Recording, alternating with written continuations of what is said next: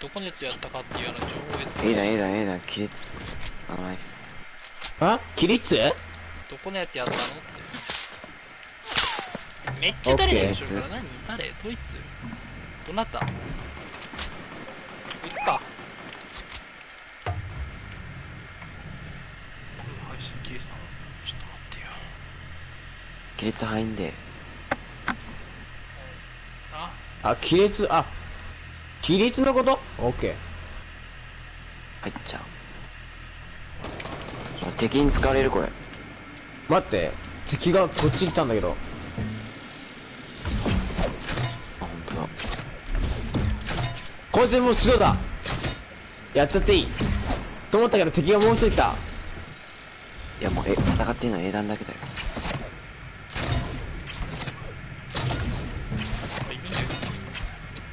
オーラ2人いる。仲良くしようね。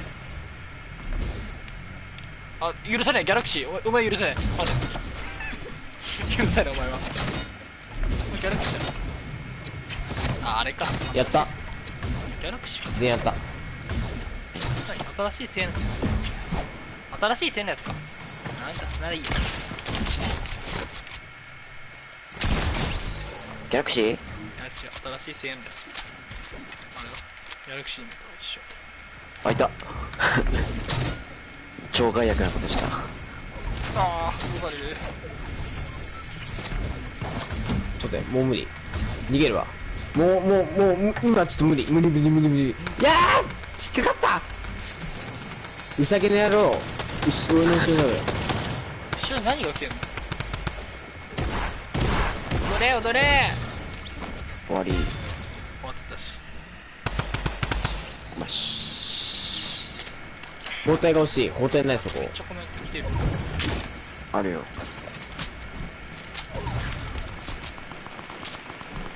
焚き火したい。ああ、早く。焚き火しよう。待って。いい、めっちゃいる。どうする？すいません、ワンパです。大変申し訳ないです。ワンパ集めてきております。つけてください。晴れる？映画？ワンパ集めて、いや、魚です。下崩されてます。結構やばいです。待って、俺ね、武器がね、雑魚なんだ。ちょっと待って。やりです。バカだろ。できます。魚やりました。友殺し。あ、待って、もういっぱいいるわ。開けます。めっちゃ効かせてます、ガス。死にました。やりました。してゼロ。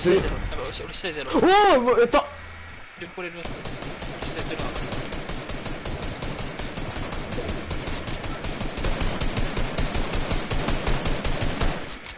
多分こっちやります。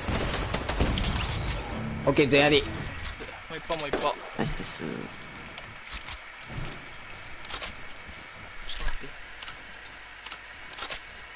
さ、みんなロケット弾ある？欲しい。ある。ない。どっち？ない。ネオは4ある。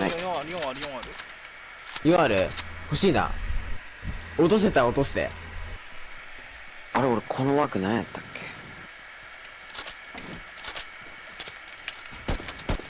そいついるよ。56上。ナイスです。撃っといて。いいな。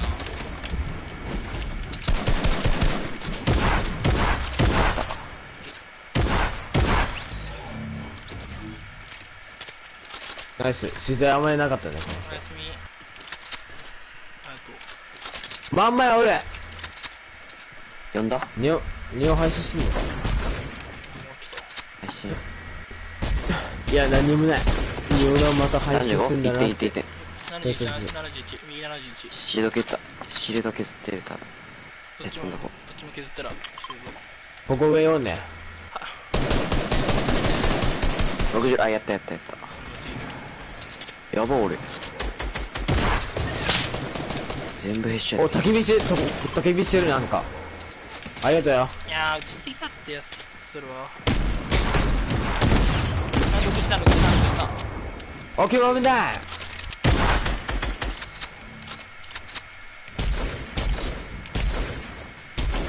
奥いる。ママ大丈夫か。ネオ後ろ来てる。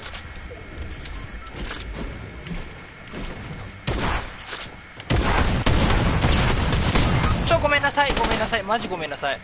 ほんと申し訳なさい。それはないと思う、その殺し方。それはないと思う。あ、俺な、回収してくれ。そして、急いでダスティを起こせる、一人。シャスを起こしてきて。起こして、急いで。オッケー。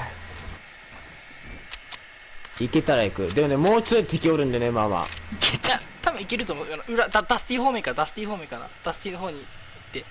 右ほら、いるって。いける。そこでやればいける。いるって普通に。何くるくる回ってんの。いけたよ、そうラブガンの半端ないってマジ強すぎだろお前。痛いナイス。枝も普通痛い。リブートでリブートにした方がいいと思う。それはいい。あと5秒待って。まあここおる。この先60方向おるからね。60方向自ら死ぬっていうさ選択肢が多分ね、後ろ怖いな。いや多分ダスティいないと思う。ダスティ怖いわ。ネオ19ってやばくない？俺ね、みんな、ダメージだと思ってる。死ねー。これ何エリアだ、痛いやつ。任しとけ。俺がやる。60、やり。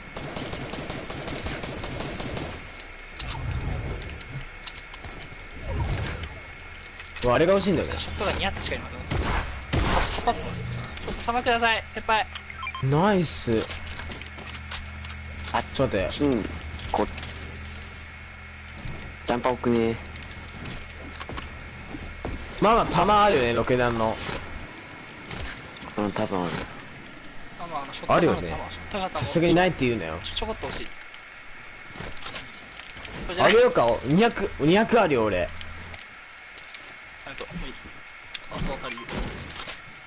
ありがとう。キルムーブに入る。ちょっと待って、何それ、6、11、9、4、1って。俺何してやばいだろ。じゃあさ、なんかね、普通だったらネオが多く切るの、今回は俺が多い。まあも多いけど。魚がある。プレゼント、あれに仕掛ける。魚のせいだ。リートエージェントじゃないわ。あ、そっか。セリートエージェントじゃないから、あまり本気が出せないのか。っていう、嘘っていうか、言い訳をする。ネオである。でもスキン関係あるけど。作ってもらうんですけやった。いや、完璧に、キルヌーブ入ってんね。やった。いいもん、俺こっから切りするから。いいんだよ、俺こっから切りすればいいんだよ。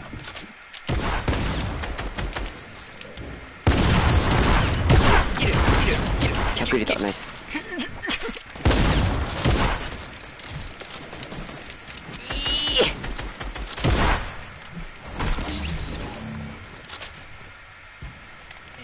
これもらって、よし。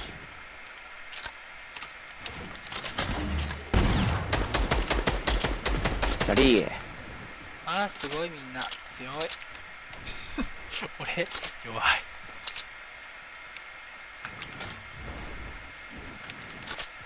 キルムーブしすぎだよみんな。壊せ。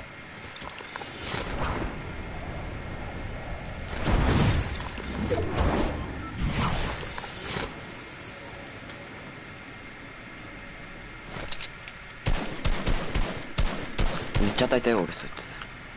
大きい。ナイスだけど今。パタラうってで。ン。いいの。やった。なんか上にね、なんか下降りた人いるよ。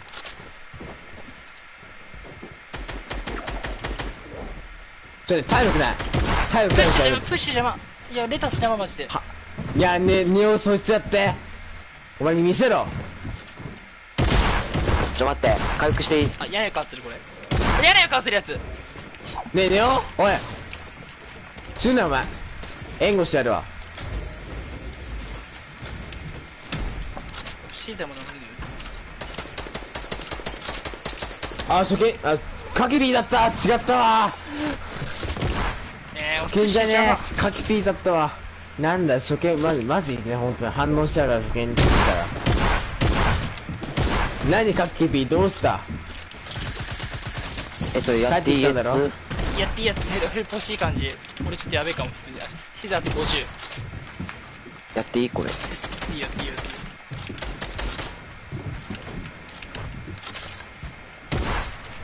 俺死ぬ。ポジキトもされた。オッケー。マジでありがとう。これ一人、ラスト一人ね。ここ、この家。せめて1キロ欲しい。これやばいって言ってた。1キロ、たった1キロだけでさ、くせ、飛んだ敵、よし、俺に任せろ。邪魔だ、邪魔だ。逃げた。こいつ、こいつ全やりしたからな。2点当てのへしょ。1点当て。1時半だったよね。1時半だっけ？オッケー。ナイス。おい。ナイス。ポイントの、いや、16？あ、16に6。16に6は16に6。16に10。ふぅ。俺はもうちょっと。まあまあ16って鬼だろ。まあ16はいくよ。おい、ねえ、まあまあさ、ミラー配信多分しません。つうか1時半まで多分起きません。その間で多分やめるかもしれない。もうすぐさ、ワールドカップのやつやるけど、2人とも見る？俺は1時半からだるまさんがミラー配信するから、俺はそれを見る。ママどうする？見るよ。ママいいのね。あと5分前。どうする？待つ？ 5 分。カップ。だって見んの俺はちょっとクリップしとこう。あのスナイパー良かったな。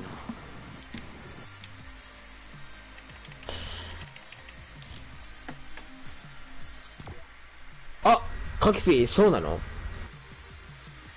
報酬もらえんの？見たら。じゃあ見よう。おーし。なんか報酬なんかつなげたら報酬もらえ、リンクしたら報酬、YouTube とリンクしたらじゃね？ YouTube とリンクしたら YouTube とリンク？それは何の？何とリンク？ YouTube。あ、俺リンクしてるからいいや。してないからそういうリンクじゃないから全員してないから。やんなきゃいけないやつだから全員。あ、リンクってエピックのアカウントを入力するだけ。そうそう、言っても言ってスプレーと明細か。明細ならいいんじゃないの？まあ、やり方知らないからいいけど。言うて、1時半からやるやつってあれでしょ、クリエイティブじゃなかったっそれ違うやつだよ。1時半からクリエイティブじゃなかった？違うよ、それ違う。それ別の日じゃないの？違うよ、1時半からクリエイティブだよ。今日クリエイティブかまさか。今日何日？ 27だよ。2時だよね。2だよね。27でしょ？で、2でしょ？まだ少しは時間はあるよ。1時半からなんか配信始まり2時から再開し、クリエイティブの謎のスクワット。世界中から集まった8チームのワールドカップクリエイティブ決勝戦。意味がわか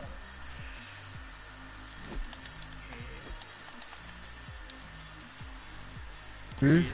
クリエイト某 D さんが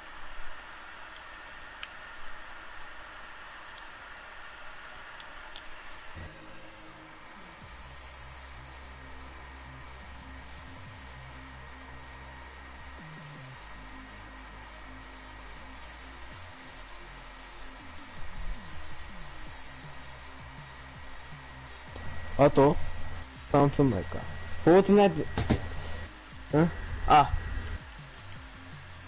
ダックさんが動画出してたんです。そう。行くの？何してるでしょ？どうするまま行く？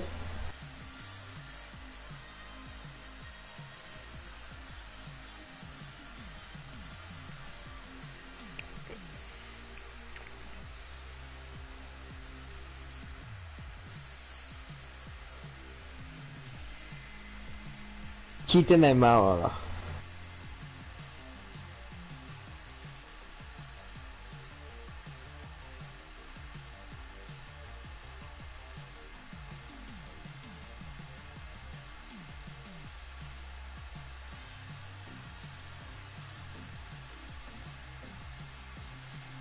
てってって言われて。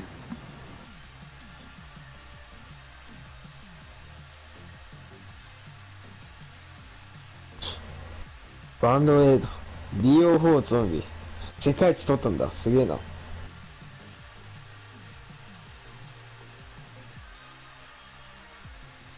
ダダダックです。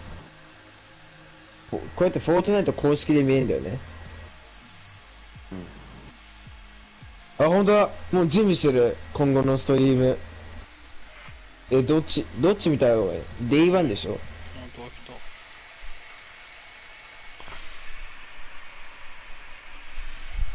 英語だからいいや。読みたい。英語だからやめよ日本語あるよ。知ってる。だからそれを見るんだって。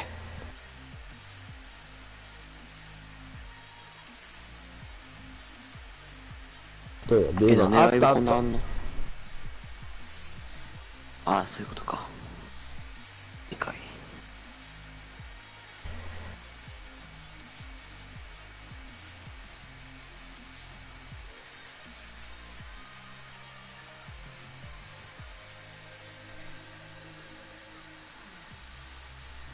R2 って書いてるけど、R2 押してなんか、ああ、そういうことか。シューティングゲームできる。みんな R2 押してみんな、シューティングゲームできるよ。始まった。始まったよ。シューティングゲーム。ちょっとね。ふざけんなよ。エラおってんやっけ。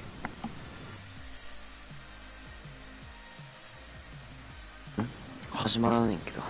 始まったよ。もう普通に。フォートナイトの画面ではもう始まってる。何の話してんの？リンクしてこう。フォートナイトの公式のやつ。リンクしてきます。あれだよ。でも何見てんの？公式のやつ見てんの？公式のやつは始まんないからね。始まんないんかい。確か。始まんない？これ。ふざけんなよ。いやだる。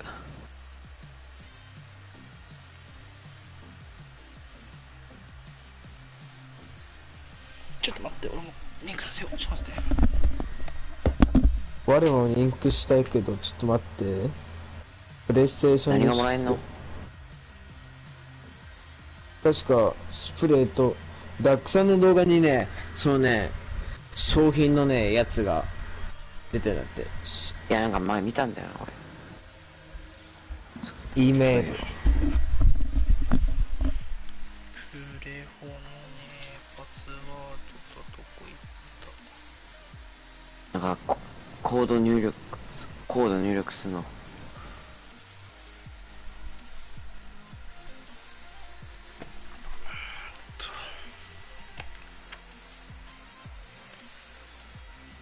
違うな。これだな。あ、確か、写真にあったな。あったっけ、写真に。残ってるかな、写真に。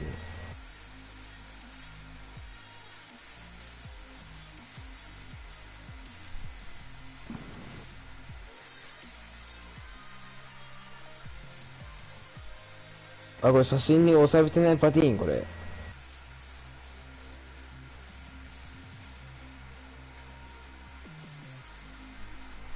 のクリエイティブなやつってさ、日本誰が出んの？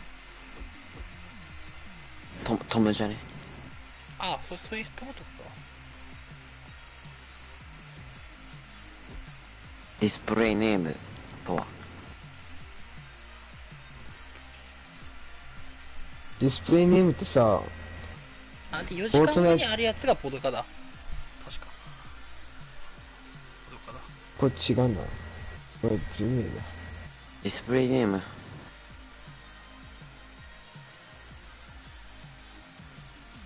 なんですか？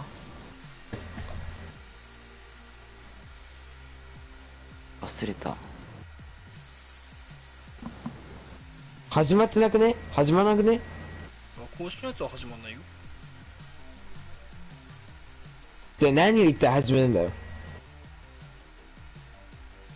ただあれ、リンクするだけのためにあるやつだから、あれは公式は始まんないよ、絶対。だからあ、そうなんだ。ディスプレイネちょっと、ごめんか。ーム。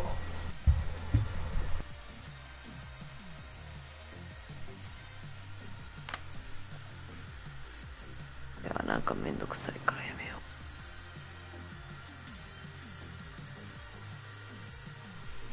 めんどくせえな。う。報酬ゴミだったよ、確か。ちょ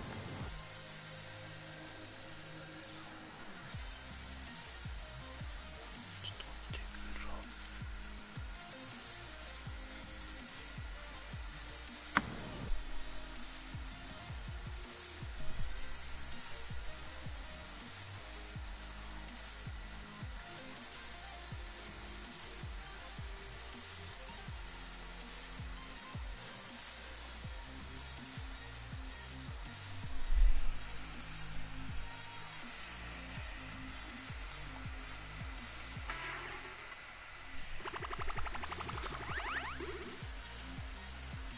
あ、片沼さんミラー配信してる。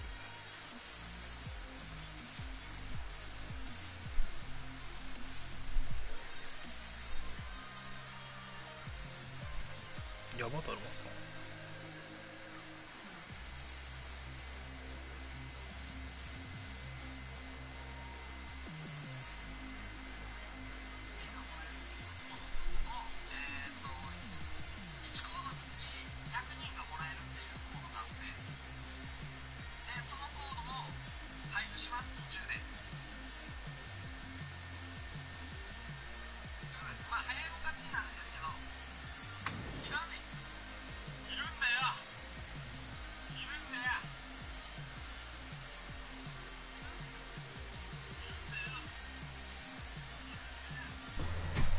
あ、初見さん、初見さん来てた。ごめんなさい、ちょっと見てませんでした。初見さん、ペイさん参加できますか？参加はですね、チャンネル登録を押せば参加ができます。なんだよ、それ。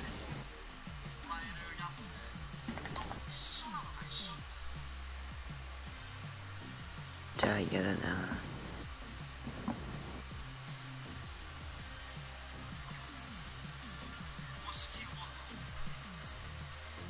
誰か誰かうららと了解です。押します。押します。強制感が半端ないよ。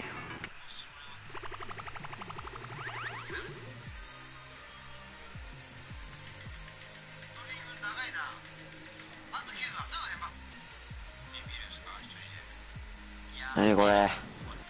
バーガーから逃げろってやつ？違うよ。攻撃だよ。シューティングゲームそれで？マグでぼちぼちぼち。何ボタン？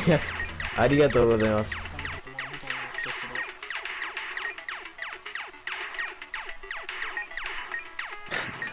結局解除やん。ポチポチポチポチ。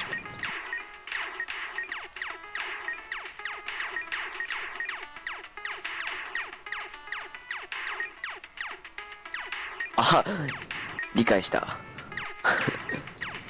普通に丸ボタンを押せば攻撃できる。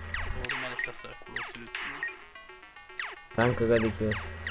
参加方法はですね、あれですね。自分のコメントに ID を打てば参加できます。配信だ。で、どうやって見れるんだよ。もうおかしくねえか。だから、R2 じR2 して、この人間をクリアしたら多分ちょうどいい。違う、そういうことじゃなくて。やったワールドカップのことでワールドカップの。だからこれじゃん。あれにはしたら見えるよ。一緒やん。ライブ配信。あれどう？はい。参加っていうか、ミラー配信ですけどいいですか？全然ロードはねえんだけど。今埋まりました。ごめんなさい。くそ。なんか申し訳ねえな。どういうこと？あ、パーティーがそっちで埋まったってことか。ロード終わったビデオストリームの。これ資格押せばいいの？いや、違う。いや、資格押してもすぐ始まらな。ロードまでこれささシューティングゲームしなきゃいけないの。あ、始まった。来た。ミラー配信っていうのはですね、始まったで。お互い配信をしてるじゃないですか。お互い配信して、自分も配信することをミラー配信って言うんです。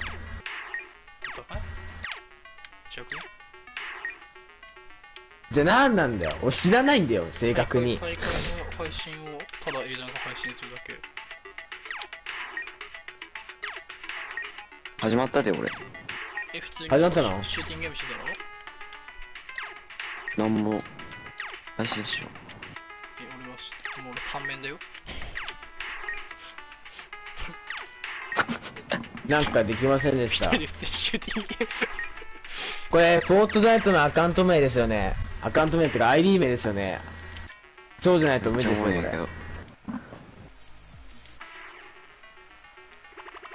ッツゴー。EANE。みんな見てる？見てない今。ID 打ってんの、初見さんの。あ、最初クリエイティブか。無理ですね。じゃあ、プレステの ID でやります。これ知ってるから俺。プレステの ID でやれば、何でもできちゃうから。もし読まない。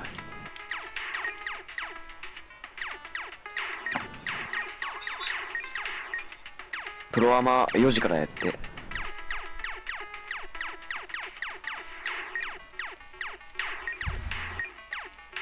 デュオの決勝が1時か。1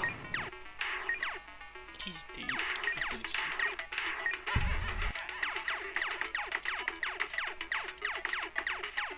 あれ？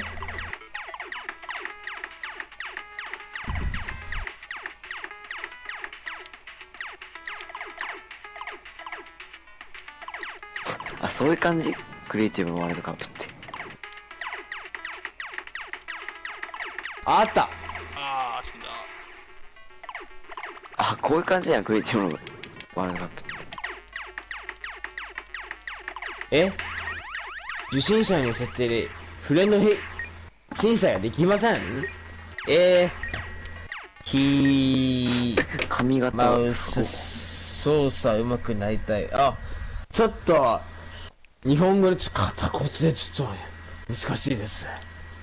これずっと、これをやり、ロードワーまで待つか、これ。とりあえずこれやるしかないのか。俺見てる今。さあやりまーす。見まーしゅ。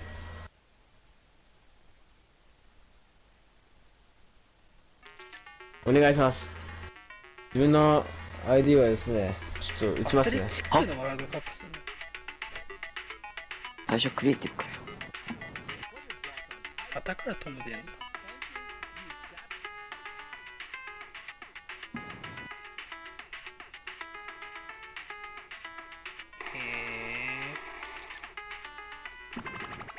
あ、見える。サムネ完璧だろこれ。一重3億。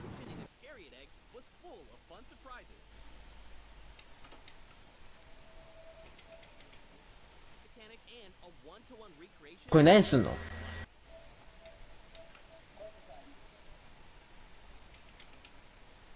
例えば忍者とか、マッシュとか。ここには出ないけど。うん。出るだろうけど。出ないの？忍者出るんじゃないわ、クリエイティブは。ああ、クリエイティブは出るだろ。だってあの人あれだぞ。トムのワールドカップじゃないですか。トム始まったぞ。トムのワールドカップあったぞ今。トムも配信してんの？してないよな。トムもしてないでしょ。多分してないと思う。顔出ししてただけやろ。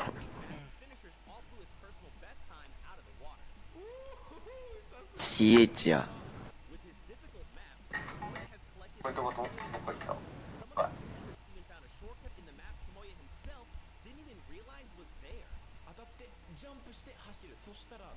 オッケー。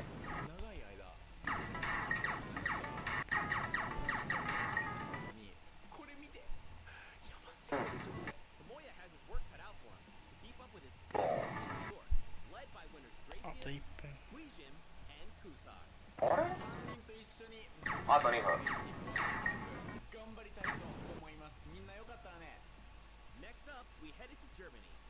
あと1分半。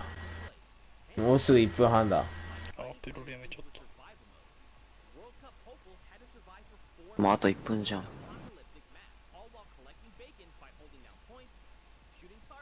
オーラって800円なんだ。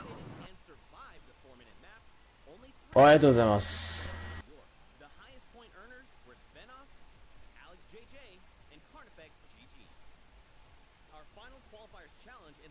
はい、追加しておきました。CR って何？コロコロチャンネルと何やったんだ。クレイジーなくスポンサー。おい、このアスレチック、あれじゃん。入賀さんようやってる場所じゃん。お宮来た。宮北は草。すげえ絵使っ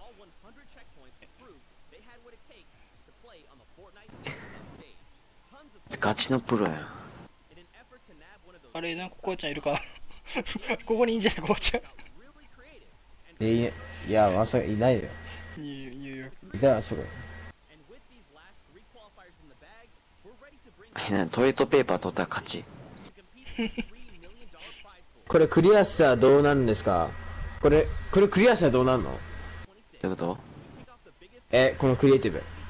クリアし、あるやろ？最速、実感じゃないこれ。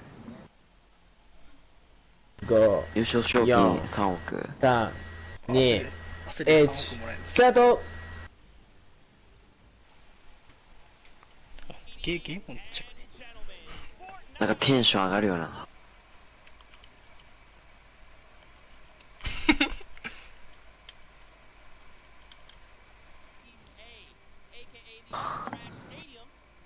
なんか見えへんねんけど。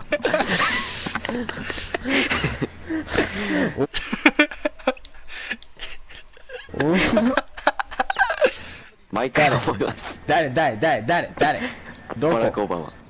この人は今喋ってる人や。喋ってるし今。でも、オバマ坊主だからね。うん。ちょっと、似てますね。まあ似てんね。うん。確かに似てる明。日の、なんで1時にすんねん。夜中じゃん。アメリカはもいや、YouTube の配信は、YouTube の配信って、無理だっけ？無理だ。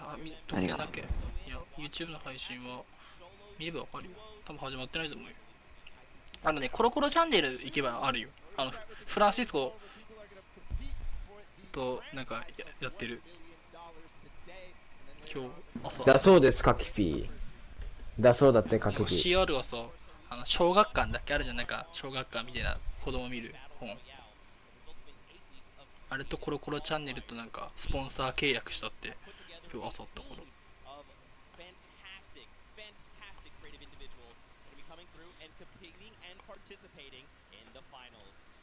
うららみを。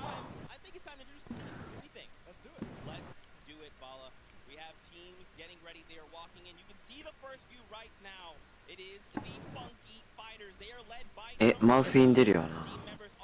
あ、トムだトムいる。ほんとほんとほんとほんとほんとほんと。4代目おかげ。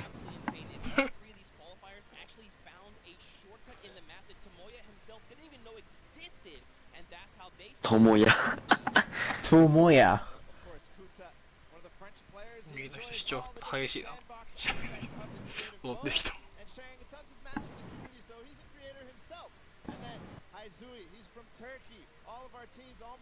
あ、この4人がチームね。これが一チームでしょ。でもあれやろ、参加するだけでもらえんねやろ、お金って。これは何のムービー？これはですね、競技にあります、あれですよ。競技に、クリエイティブの大会です。簡単に言えば。ちょっと配信の。ともやま IT 日本語かな。わからね英語でしょだもん。いや、一体目指したれよ。あ、そっか。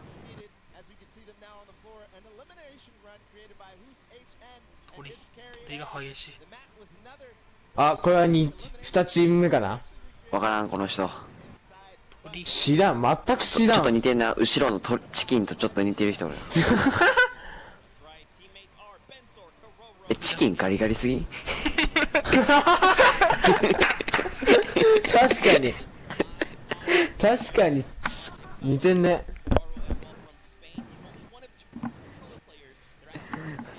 めっちゃ画質綺麗やねんけど、なんか今ワールドカップクリエ W だな、 WC だな。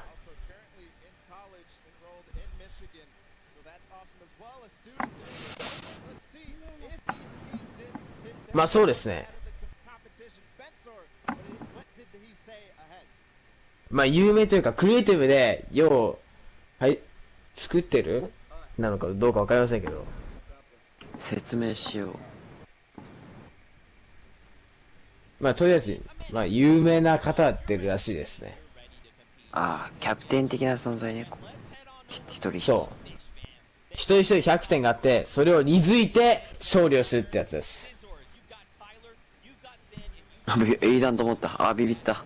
俺も思ったエイダンにそっくりだな。ガチエイダンにほんとマジで似てた。エイデンじゃん、もうこれ。エイデン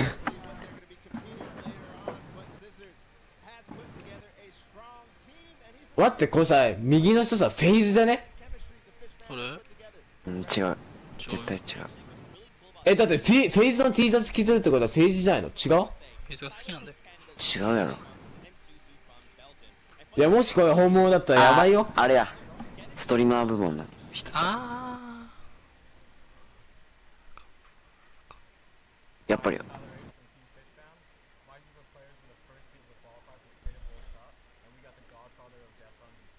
ビビった。服装だけ見たらトッピ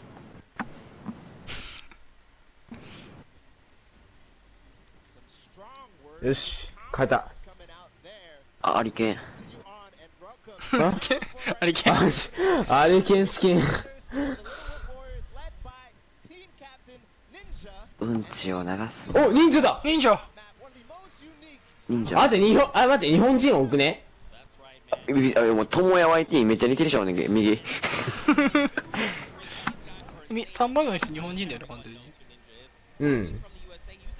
このカズっていう人かな。でもフェーズじゃね、この人。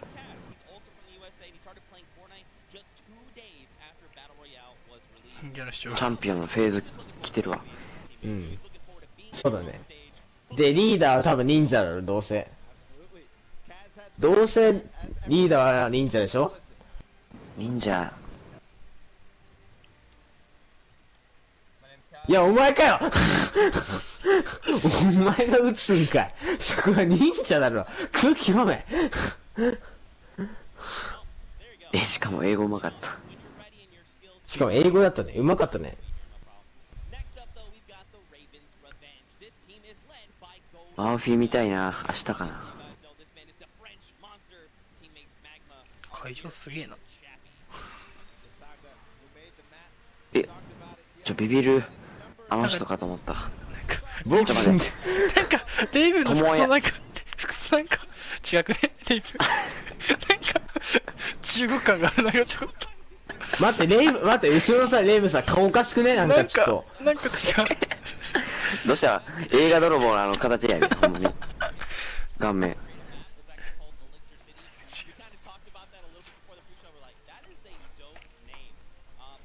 全然知らね髪型友也は多ない。しかもボクシング出ないの。いや、これ多分出ませんよ、これ。ボクシングは。ボクシング出たらやべえよ。今ボクシング今一人でライブしてるわ。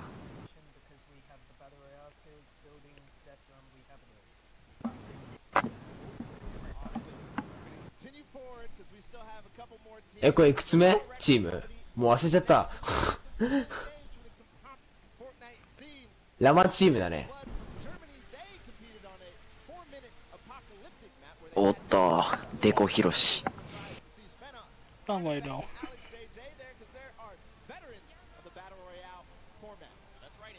全然知らん。一番目立ってんのはもうラマ。それだ。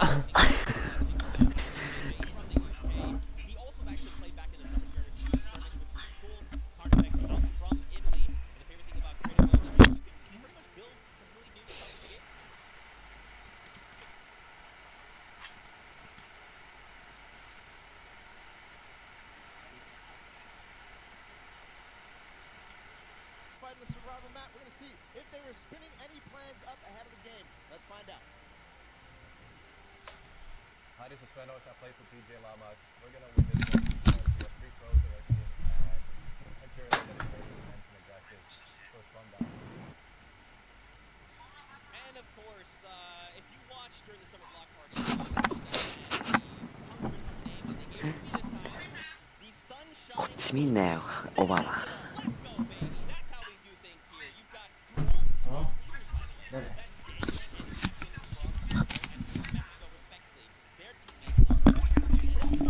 女性出てきたね。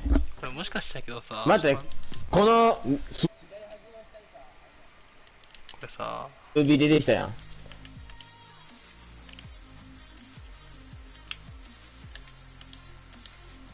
もしかしてこれ、やっぱり。顔がさ、もう日本人なんだよね。左から2番目。日本人だよね。日本人しか見えん。俺もう完璧だ。髪の毛少ない一番右。もうハゲじゃん。ハゲに近いもんだよ。上だけ残してる。カッパスタイル。あ、やっぱそうだ。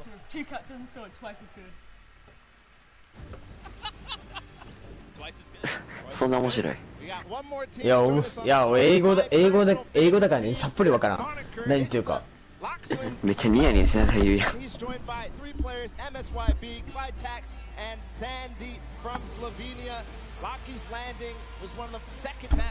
ー、ビビった。ティーフかと思った。いや、俺も思った。ティーフだっけティーフにマジで近い髪ちょっと型。身長ちっちゃかったらシンフォニーに似てたな。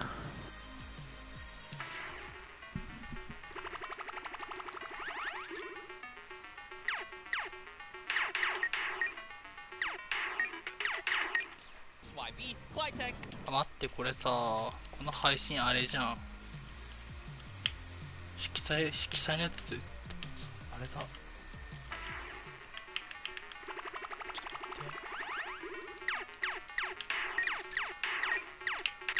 これ、色彩、反映されてる。戻した。配信色彩あるじゃん。新潟に色でしょ。あれ、初期設定のゼロにした方がいいよ。反映されてる。何が？だから設定あるじゃん。色変えるやつ。やっぱツイッチで見た方がいいよ。色変えるやつ？あれ初期設定のゼロにした方がいいよ。画面見やすくなるから反映されてるやっぱり。反映されてんの？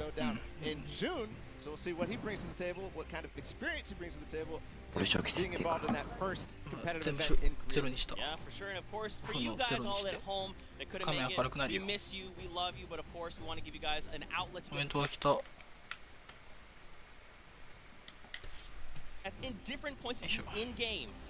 ツイッチで見える。まあツイッチでもやってるんで、ぜひ見てくださいね。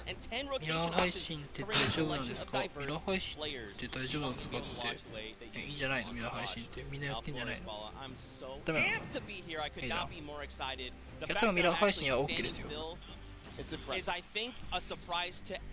ミラー配信はみんなやってるんで、YouTube でライブでフォートナイトワールドカップって調べたらみんなミラー配信してんで、多分大丈夫です。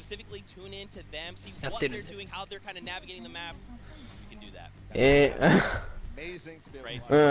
まあね、だいたい感情っていうか、だいたいわかる俺。カキピーわかんないのか英語。どんまい。俺も大丈夫。俺もわからん。10 weeks of qualifiers, 8 weeks of creative qualifiers had led us to this very weekend, the Fortnite World Cup Finals in New York City.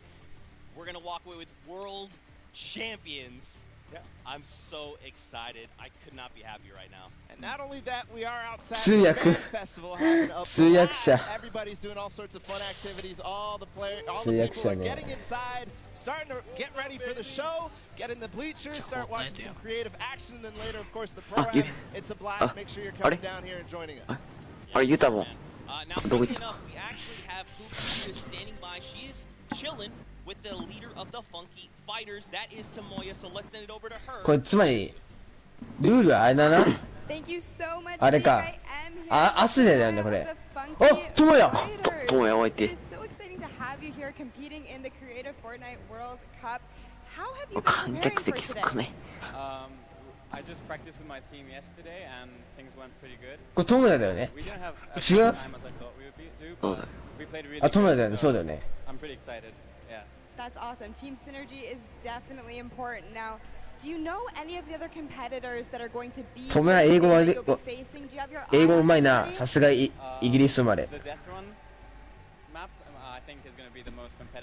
今スペインだろ。今はスペイン。生まれはイギリス。ハリケーンいるしょ。So, I mean, Scissors is very well known for his death. ちょっと右。ハリケーン。ハリケーン。One more time. Well, I wish you the best of luck. Thank you so much for taking the time to speak with me. Zeke and Bala, back to you guys.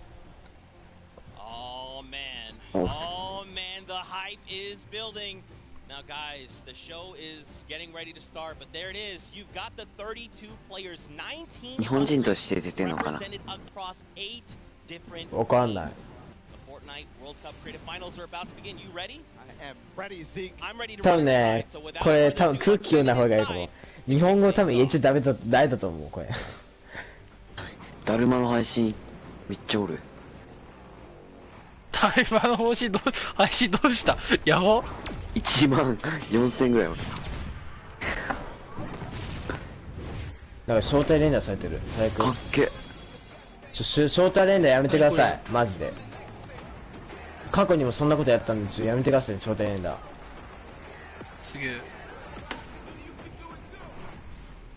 そこな。かんな。何？ケイさん一人寂しいの？寂しいな言ってくださいよ。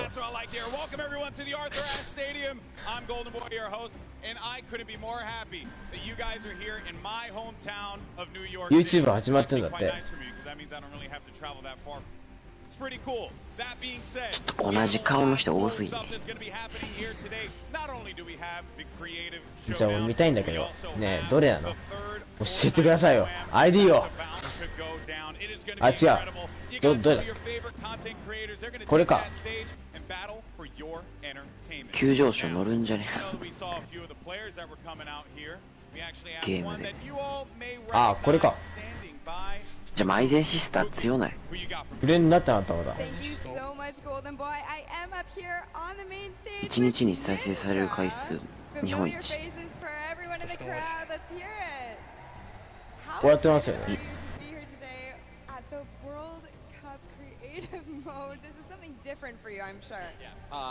終わりましたって。ゲーム自体やめたんですか？忍者どんな態度やねん。あ、わかりました。レイさん、おやすみなさい。良い一日を。あ、しかしハリケーンスキンを使っている。待って、リズ君おる。 Team cohesion, I love it. We should have named you guys the Ninja Trick Shot Warriors, really. That would have been awesome. ラマモールで。すごない？ダルマイズゴッドの配信にリズ君とクレイジーラマ。 And anybody that you're looking forward to facing off against here today? Everyone here, Gotaga, he's my fellow, Red Bull competitor, essentially, and, Scissors because he talks a big game. That's it. Yeah. ダルマさん覚醒してるよ。 He does talk a big game. Let's see if he can back it up today. Thank you so much. I wish you all the best of luck. Golden Boy, what do you think?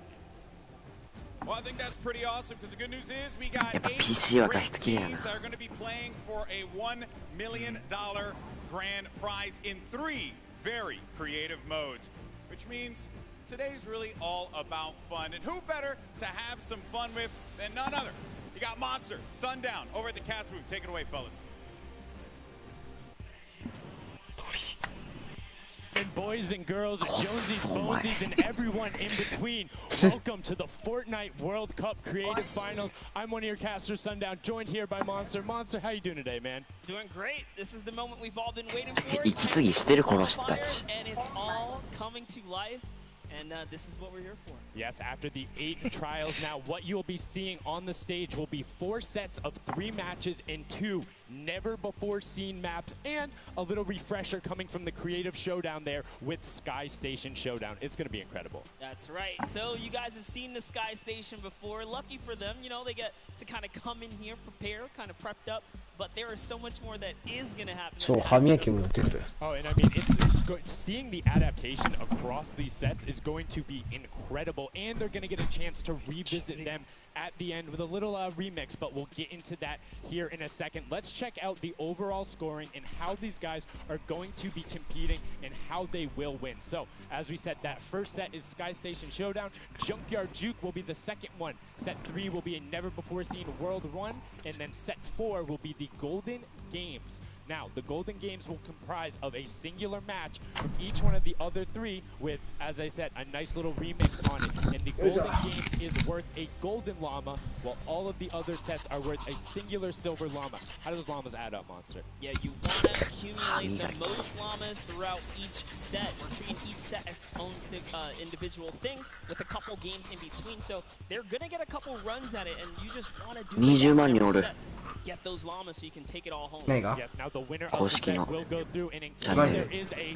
tie, it will come down to that golden llama. The golden llama will trump all. Now let's get into the prizing, a little bit of the scoring. We'll take a look and throw that up there for you. The way it ends up working is from top to bottom. Each one of these contestants will be winning, so everyone is a winner in there, but first place ends up deciding that, and this is per the individual matches. It won't carry over through the session, but they're still taking it home at the end of the day. So 5万5千か。100、500万ぐらい。600万。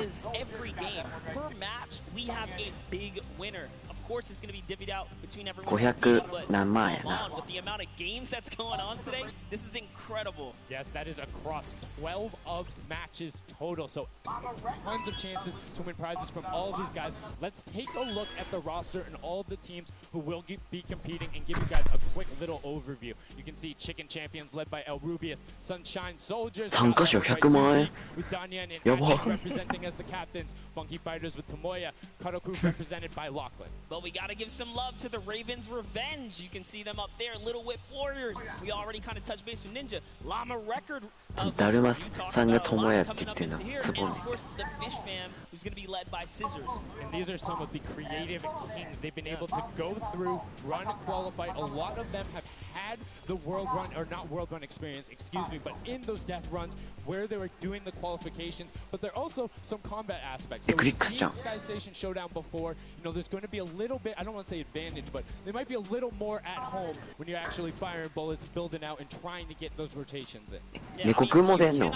あ、ボトカとか。 These guys grind and they all play Fortnite. But let's go ahead and take a look at あ、 the 下か。 format here so we can kind of see a run on how あ、だからか、ボトカとニコくんが2人でニューヨーク行く。 Those creative captains, and they have to be the one in the capture point, uncontested to score points. 明日のワールドカップの Initial hills, and then the first プロアマのやつ。有名人ってやつ the 確か highest scoring team. あalso 忍者とマシュマロに出たプロアマ。 wielding the infinity blade. あれあでねボドカ will と be important because they have to get to the capture points. A, B, and ボトカと猫くんボドカと And then 猫くん 7 minutes into the round, point B opens up. 意外なボトカっメンツ。てあれやろ。 A lot. え、びっくりめっちゃ好かれてるな。 More That times is is a what lot. that is what you want to do. You want to gun ボドカがわかんないけ for ど point B on the map. 猫くんは That's わ your かるよ comeback or that's your ボドカって lead taker. Yeah, you can see a lot change when that opens up at Bodoka some ga. points, but now we're going to go in an overview. For those of you who are unfamiliar and didn't get to watch it at the summer block party, we got you. Zeke, catch us up.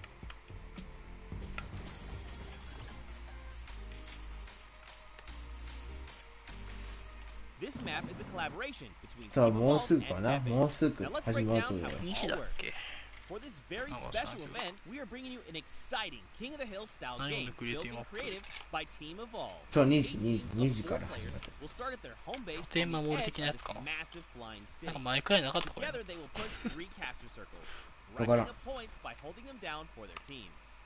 As each team heads toward the capture points, they'll need to これ protect なん their か team's VIP. かくれんぼ消えたら消えそうこっち来そう If they get eliminated, they'll respawn at the team's home base. The VIP is the only player who can earn points for your team Ari ken while oru. in the capture circle, earning 3 points per second. They are also the only ones who can wield the Infinity Blade, which deals massive melee damage and enables the wielder to jump incredible distances. 何これ陣取り合戦 It's the rest of the team's job to make sure the VIP gets わ to からん the capture circle この陣取り合 and 戦 stays there 3 as ポイン long ト as があってか possible without being eliminated. With 3 Domination, capture circles domination. across the map, teams have to strategize to figure out which point they'll be able to hold. Pay attention to この your マップやり surroundings たい。 because if lots of 普通に teams are 面白 fighting そう at the same point, there could まあね、 be an 確かに open ね。 circle elsewhere. Hold up. Did I say 3 capture circles? Actually, there's a 4th one. Partway through the match, それ the 公 4th 式が作った capture やつだ circle から in the center of the map will open up and will award 4 times more points per second than 公 the 式 other. が本気出したら High reward, やばい high risk. After each match, teams will be ranked based on how long they held the capture circles and earn overall points based on their rank in that game. Those points will be added to an overall leaderboard. レイブ And ン at the 強 end すぎや of ろ 6 matches, the team with the most points wins. 後でやりません。 Let the showdown 多分ないと100思うぐらい。話して2位と Love seeing that and getting a quick rundown on how the teams can go about playing. Now, Monster, I have to ask you, knowing the rules now, seeing the map, seeing the teams, who is your team to watch out for? No, early on, I thought the Little Whip Warriors and the Fish Fam were going to do good, but hearing from the Ravens Revenge, Gotaga now, I'm just shifting towards Ravens Revenge here. 観客席より絶対こっちの方がいいよ Swayed me. Their entrance has really swayed me. They definitely had a lot of あ confidence. 友也置いてよ Gotaga, it can be very competitive at a drop of a hat. My team to watch, the Llama Record Show, Hand of Blood, Spenos, Alex JJ Carnifex. You heard him talk about it. 3 competitive veterans and a very aggressive German. That's a combination that I want to see on Sky Station Showdown. Now, we've done a whole bunch of talking, but I know why you guys are here. You know why we're here. It's time to play some Fortnite. The Fortnite World Cup Creative Finals starts right now. This is it. We are 始まった loading 始まった in. 始まった Everyone's 始まった hopping now, and this is they are actually もう始まった familiar with の this map. So we're ともや gonna わ see て the strategies off the 相 bat. 手一緒にいる Let's see who can take away and break away with that early lead you saw there. Nice wide shot of え all ともや the わ teams YT here. 好き Here 何 it よ is. Little Whip Warriors in the lead. 何やったっけスキン Already you can とりあえず俺はアリケンを応援する gets a bonus アリケン強いアリケン強いアリケン強い so he's sitting at the 200 mark. On top of that, Siphon is on. If you get an elimination, you get that 50 effective HP. ともや YT Over. That makes the Infinity YT Blade あ忍 very 者死ん hard だ to take down. They also get those big crescent move jumps to もう slam あれ down. か And as you あ can see, ともや YT おった右一番右 it is creative アフロ chaos アフロ all over the ともや place. YT アフロ Taking in with the Little Whip Warriors as they're able to clean it out, and Ninja's trying to rotate up 忍 top. 者忍者アリケン忍者アリケン The Llama Record was completely pushed off of their point, and now we have Ninja who's going in with the Infinity Blade. What a player to wield this one right here. Oh, he's getting pushed back. Notice how he doesn't even want to get eliminated. He wants to do as much damage as possible. But is that effective? I think you just kind of reset and you go, or you get up there and you start swinging. The 75 アリケン負けたいやチキン the Llama Record establishes himself right back up. Now, what's going to be interesting to me is how the players ともや YT 暫定5位です 50 wood, and then if you get an elimination, you get 25 wood directly into your inventory. So if you're able to kind of eliminate out and put pressure down, you can get some ridiculous builds, as we're already seeing on top of the Blue Hill. Yeah, this is actually a neck-and-neck race right here in the early game so far. Fish Fam, Chicken Champions, and Raven's Revenge are all trading spots at the moment. And uh-oh, Sunshine Soldiers comes right on in to wipe that up and get them out of there. Nice job, Pursuer. And look at the Cuddle Crew across the way, just now getting their first points because they've been contested the entire time, whereas Llama Record Company has only had one team coming up towards them. Another thing to note, let's talk about the loadouts here, Monster. What are they rocking? They're rocking everything that you can get in the game, from blue tactical AR up to that hunting rifle. So you have the long range, you have the close range, you have the AR. You kind of just pick and choose your battle, what you want to use.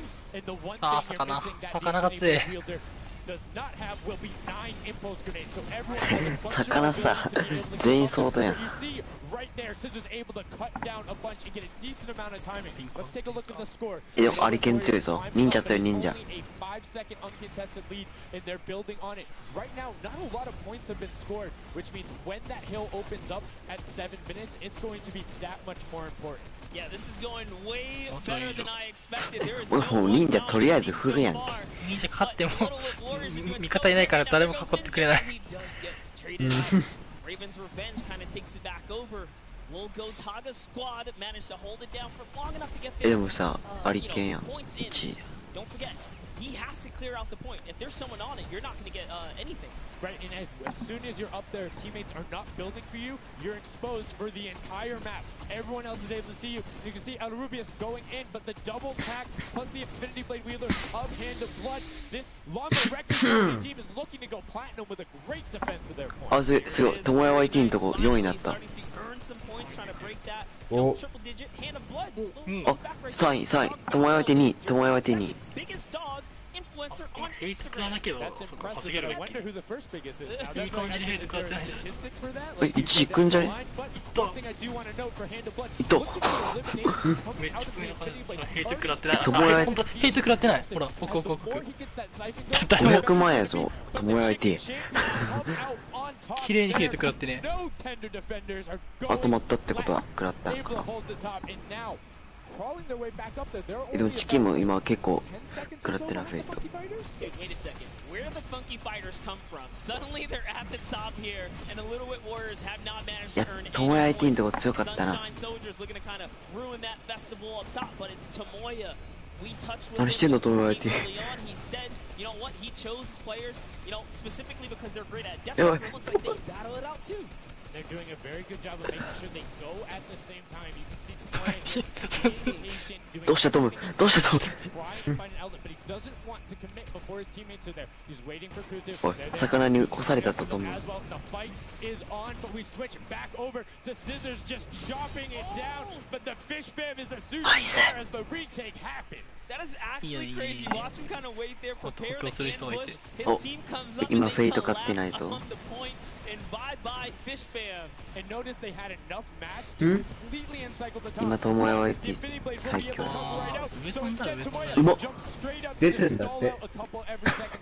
Every second matters. As you see, Kutu also on 8 elims right now. The sword い players 意外と上位を追って草生えに Now a bit of a tie up top. Funky Fighters and Fish Fam.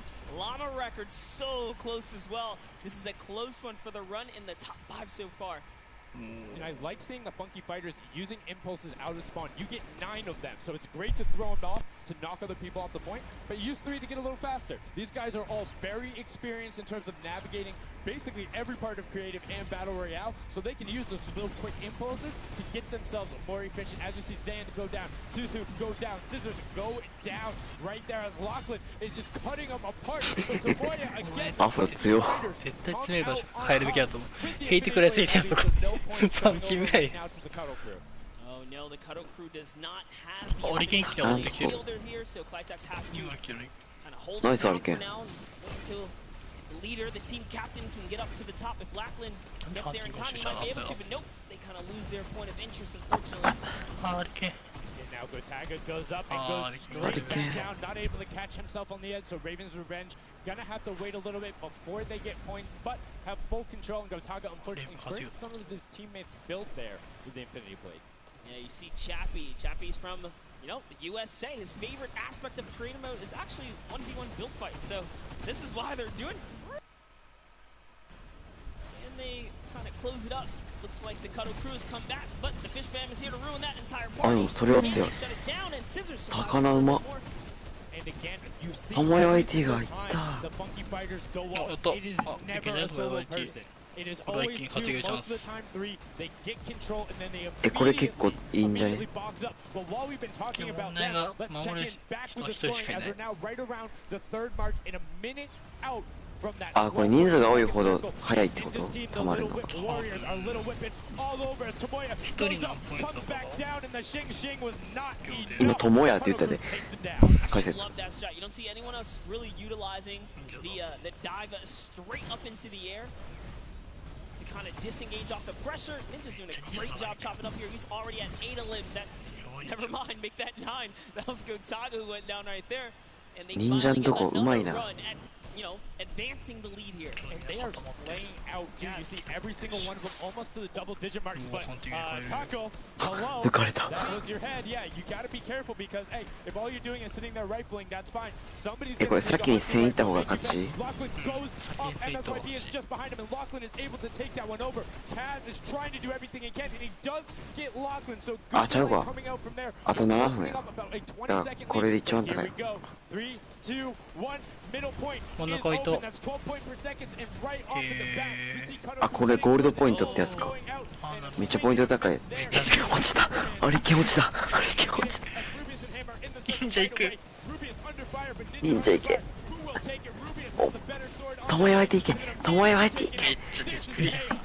Whoever's the last one here is probably going to be the most アフロ successful. 軍団いけ But remember, みんなで you 行けば need 怖くない your sword rear that your captain has to be there. If Lachlan isn't there, it's not even worth fighting for. So Claytex doesn't care. He's trying to pick up that healing counter, and he's on it. He's 絶対怒ってるやろこの there. 人 Down goes Hand of Blood. No points for the Llama record anymore. They actually use that. Just a couple seconds put them all the way back up to 2nd place. And 2 of the Cutter Crew right now have combined for 31 eliminations, but they're not converting it into points. 確かに今真ん中争ってる間にレイトからずに do still have a lead, but it's already been cut down. And just as I said, with the middle hill, Funky Fighters almost take it away. Rare goes right on over. And you 友也 see IT 1位に any なっ amount た of time in that middle hill is so efficient. 真ん中取ってる一人で。あの光景面白いね今日ぐるぐる回って Pressure them back. Yeah, so that's when you need somebody with a hunting rifle to start taking shots and saying, hey, pick on somebody else. If you look this way, you're going to have to respawn. Because if you can get tags, great. But if you don't convert them to anything, it's not worth it. As I just kind of stuttered, because Carnifex is sitting on 23 eliminations, Hand of Blood on 14 right there. That's why the Llama Record Company is ahead right now. Yes, they were using that 4x bonus on capture point D, which is right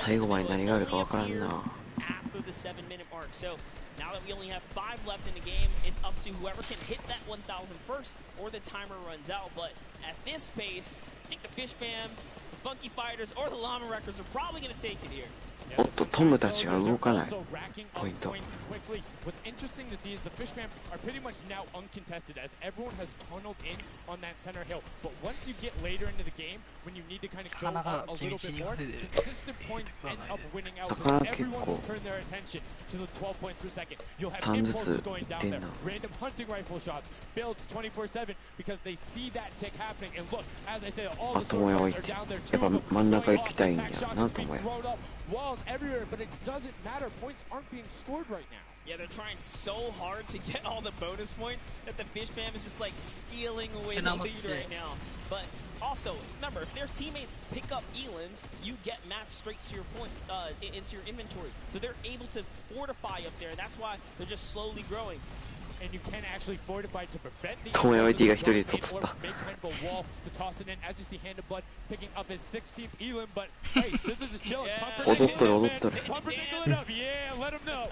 Let him know. There we go. He's saying, hey, you guys, we'll stick to our strategy. Let's see if somebody goes to contest it. There it is right away. They go up, but all 4 of them. You don't want to run into this. They're ready. They have the lead right now.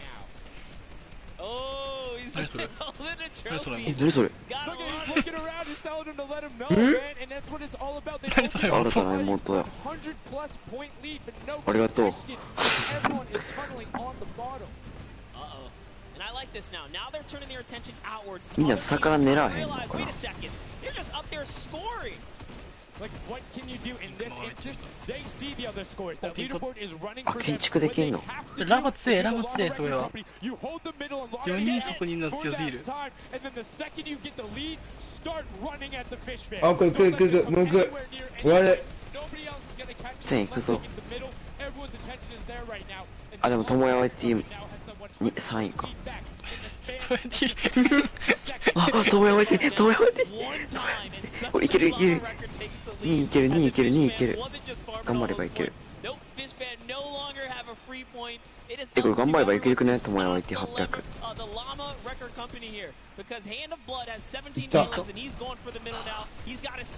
いける900いける900いけるって。これ900いけるぞ、友也はいける。いった、900いった。あともうちょい。ラマ強っ。もう一回取ってきてほしいなと思えば一人で。あった。Match, Hand of Blood, Svenos, Alex, JJ, and Carnifex are your match 1, set 1 winners right there. Incredibly impressive coming out, well executed gameplay, and they say, Scissors, you can hold that L instead of the trophy. Don't celebrate too early. It's the World Cup Creative Finals. Every game is worth so much money as well, so much prize. So to take a victory off the bat, you have to be feeling great. And that was your fan fave to pick. I mean, they had everything going in. They're incredibly confident, but they had to make sure they were able to get it. You can see the last few moments, they'd already boxed themselves up after clearing out the Funky Fighters, who were the only other contestants. The Funky Fighters actually also passed the Fish Fam in the last moment, which is huge in terms of not only the prizing, but what will end up being potentially a llama in the end.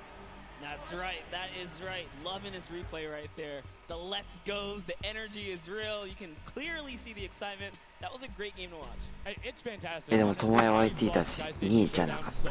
Because I think there's a level of depth there, right? Everything is wood, so you're able to like kind of hit through it, and the Infinity Blade cuts through all of it right away. But the Infinity Blade wielder doesn't have the ability to build, needs the support from his teammates. So you saw the people who were roaming in packs of 3 and 4 incredibly successful. Yeah, it was kind of unfortunate. The Cutter Crew was like slaying legit so many elims, but not a lot of points. And that's because play that split game, it's not going to work out. You have to convert it into control. It is a control the point game mode, and if you're not doing that, the other players are going to be doing that.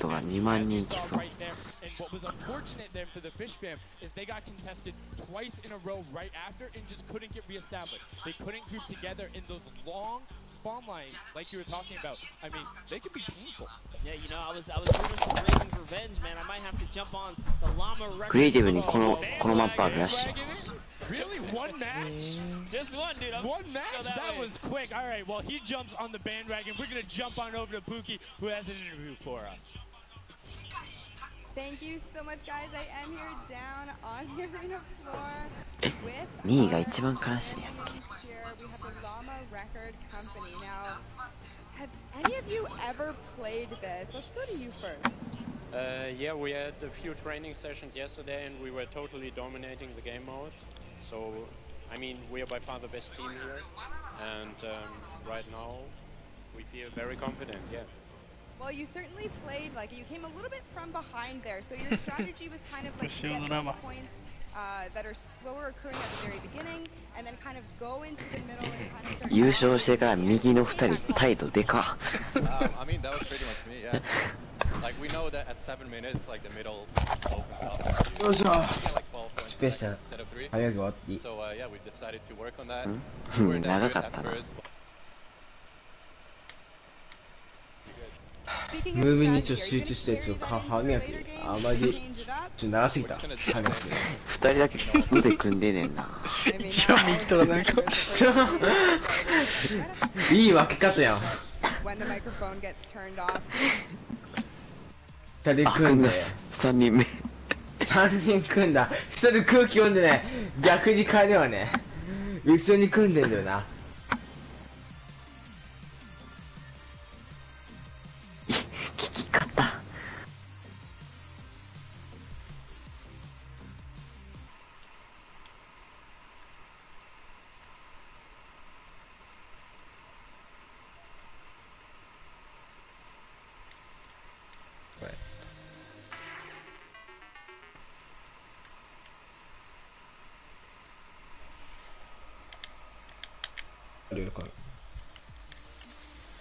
2位もインタビューするやろ。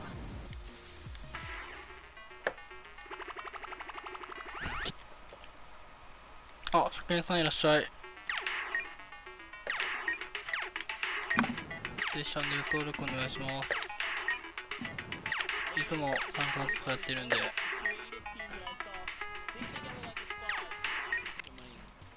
Like I said, bandwagon. It took less than one match in an interview, and he was like, "Oh yeah, I'm fully on board. No problem.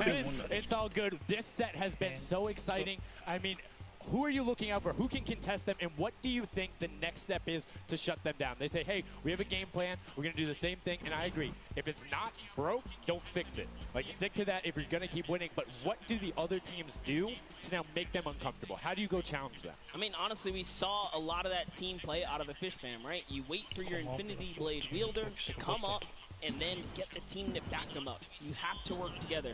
And remember, when you catch an elimination, you get mats for it so it can help you build. Yes, mats and the health back, but the first match is done. The second match is kicking off right now, and we will have a pretty good idea of where we're going. I'm excited to see if they can repeat, and now the second match is underway, and right away you can see some players sprinting out. Some options take some hunting rifle shots, and goes straight up. And you can see you can actually make it to the top if you hit the vent. あれポイントあれで分かったけど多分魚かパーマボーイいや俺はアリケンかな。でもほらもうアリケン最初強い。最初強いね。さっきも最初1や。でだんだんトモヤ YT が上げていってで最終的にラマが0ポイントやけど大丈夫。out. 多分ね、もう多分もうみんな、あれだな。1位になって受かりすぎたか。 Stay together and just get your momentum rolling. And Ninja goes up, followed quickly by the Little Whip Warriors. Ninja goes first, gets one elim, gets two elims. 忍者全員倒してる。ワンパー。 So Ninja was up, two from the back, one from the front. That was a very well coordinated. Love how they did that, and now they're all holding it together. Kaz holding on the backside, keeping these 結 players 局 up. 真ん中を制したものが。 Gotaga squad who's coming up the top here. It's Chappie, and Gotaga dives right on up into it, and doesn't matter. He just gets taken right down. This is what you need to do here. Six eliminations already coming out from them. Taldock with one, Kaz on 4, and then 2 for Ninja with the Infinity Blade, as Taldock is immediately spraying down shots, making it just a little bit more difficult. But boom, there come the hunting rifle shots, and Taldock is taking shots as well. Out of builds and needs to back up and use his team there, and Gotaga goes straight up. Oh, they need some builds for their backside. うわ、もうやばい。もう早速、100いったか。忍者が無双してる。忍者もうさすがに分かったから。忍者覚えるのが早いからもう。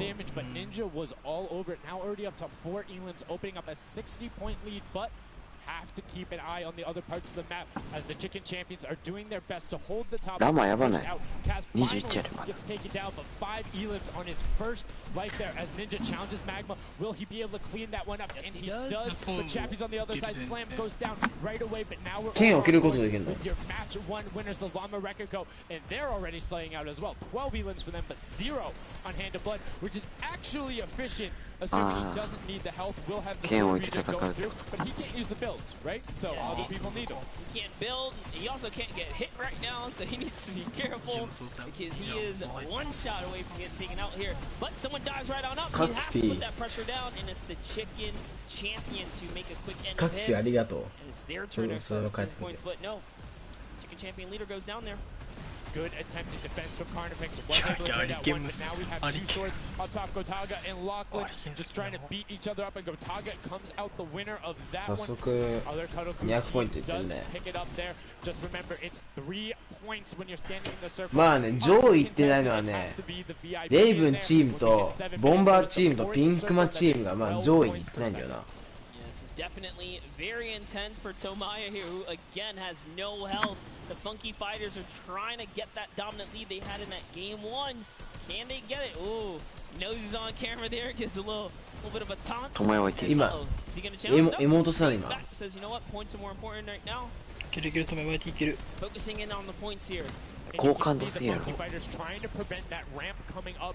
It's very efficient to just immediately, as soon as you come out, have 2 team members up into the left or up into the right. チャンピオンチャンネル登録。まあまあ。面白いでしょう。ご視聴の皆様。よければチャンピオンチャンネル登録。噛みそうだな。早口したらチャンピオンチャンネル登録、チャンピオンチャンネル登録って。No, and this was the double jump I talked about. Ninja goes straight up. That's the first elim he's going to be able to. いや、カキフィ真似しなくてもいいから。真似しなくてもいいから。大忍者一人で立ち向かった。さすがソロスキ経験者。Chappie gets taken down for Ninja's 8th elim, and he jukes him out, going straight back up top. Gotaga, does he have the health to take it? First swing comes through, and Ninja goes down. 8キルだね、忍者。 Need another elim to put him back in the game. You got to get that siphon bonus. You don't get the heals. It's really rough, even with the Infinity Blade to heal up, because you know the heal time is kind of slow. Tomaya YTT 落ちた。Tomaya YT まだ5球以上全然してね。テンバってるちょっと。あ、魚に取られてる。ちょっと怒ってると思うよ YT。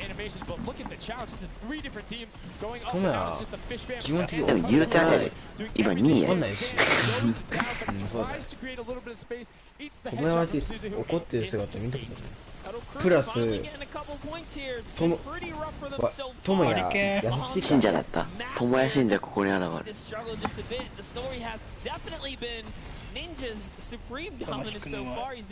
おー、タクショはきつい。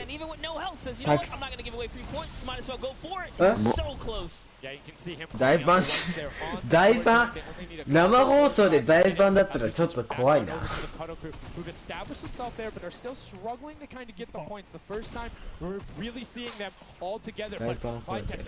ティングマジ強いじゃんこれ絶対。needs to represent. There they are. They're finally starting to score it up. He's got a couple of eliminations. You can see X Sandy here.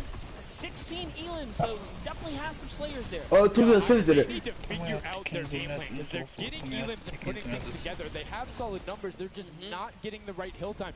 Maybe it's go somewhere else. You don't always have to go to the point that's directly in front of you. Go contest someone, or maybe just go mess with somebody at their spawn. Delay them so they don't rotate towards you. Like a number of times, as you said before, you can see where people are spawning. If you want to go deny a team, you can send somebody to deny them. Just know that player is coming back over and over and over with likely more resources than you. Every single time. Look at this. いや、張ってないよ俺。張ってないよ俺。まあまあ張ってないよ。張ってないんだ、ごめん。While they have a solid lead right now, just under 150 points, that disappears in the blink of an eye. That's about 15 seconds uncontested in that middle hill. That's just how valuable it is. But we saw the shift in gameplay that happened. Everybody tunneled it right away, and then the Fishman were able to get back up. After that, kind of cycled it back in. 岡田はさすがにダメだろ。4人集まってる時バーンやれば。アリケンがすごい話してる。本当だ。あと30秒でボーナス開く。えAnd the way they've angled this build is brilliant because if you come up the steps, you're pushing into somebody's right hand, and on the other side,だから張ってないんだって。 drops down Stewart 0000, and he gets picked up with the alley-oop from Gotaga as Gotaga comes up with Magma 1, 2, 3. Ravens out of nowhere, but the Little Whip Warriors don't care. 1, 2, 3. Down in 3, 2, 1. You can already see MSYB is down there. Down there. Carnifex down there. They're trying to いやもう早行くの。しかもラマ軍団2連勝いってるぞこれ。いや無理だろラマはもう。アリケンかな。俺の予想が当たると。楽もなんかいやでもまた友也 YT が伸びてきそうやな。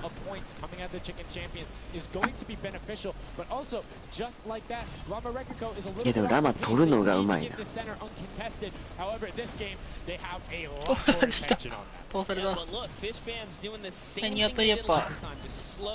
友也置いてきた。友也置いてきた。おっとニワトリがどんどんニワトリチームに。おっとこれ止め YT 行くじゃいに。行くね。ニワトリチーム頭がいい。みんながやってる間に。高野もいい連携してんね。友也 YT 何しとんねん。真ん中へトレーニーっても諦めんや。友也あれじゃん。完璧にあれ稼ぎやん。魚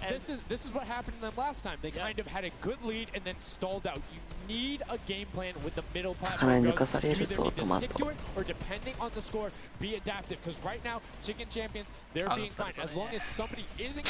映さんでよくね。Send one person to just throw impulses down there over and over, just be annoying from the top. Here's Scissors, 6 Elims, looking good on this other point, and now he's in the top 3. They weren't even close before, but just by breaking those thresholds slowly but surely, and Little Whip Warriors no longer lead. Yeah, Little Whip Warriors actually unseated the Chicken Champions there from their control point. They're taking it over. They're trying to get it back, so that's a battle right now. But the Funky Fighters out of nowhere, middle hill, and all of a sudden, just like that, into first place, going to pass 700 in just a second. Nope, get pushed out, and now they're back in there. Tomoya going off right now. Lumberwreck and Co. down there and trying to push him out. おっと友也 YT チームが勝ってる。友也 YT?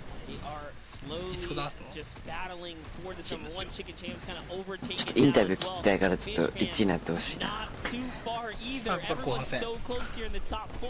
実際に知ってる人って友也 YT の忍者ぐらいしかおらんやん。そうだな。それ以外の人は何なの？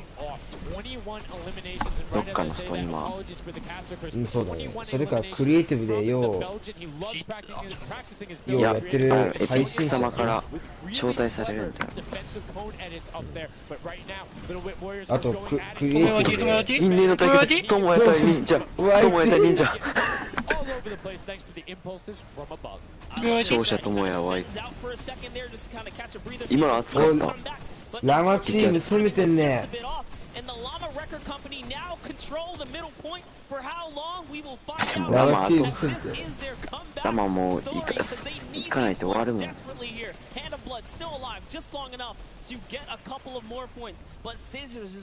魚が地道に乗ってからうざいねこれ。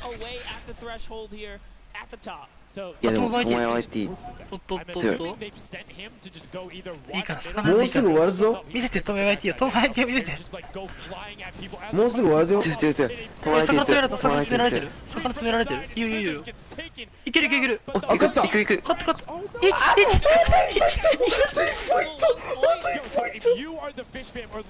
戻り、自分の陣地戻り、自分の陣地。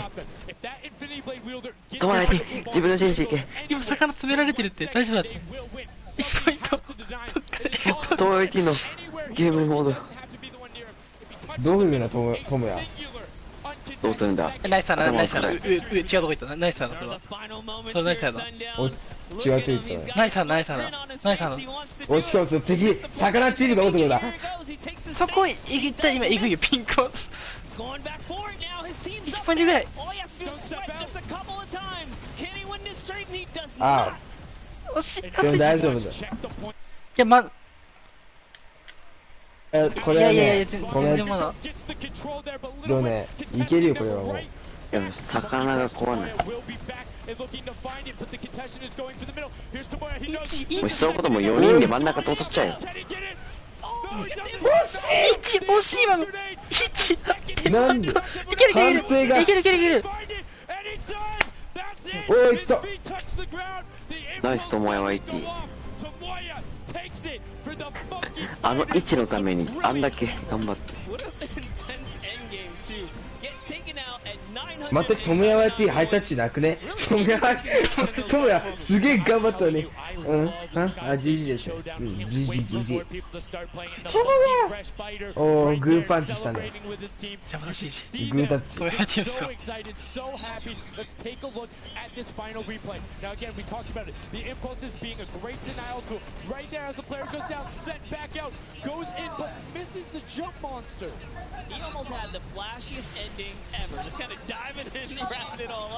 1-1ならどういう数字ですかそれ。That's it. And I mean, you saw the impulse explosions the second after going off. The team's doing everything they can, but it was not enough to shut down the funky fighters. Tomoya, Uzi, Gracias, incredibly well done to take the first set at the creative finals.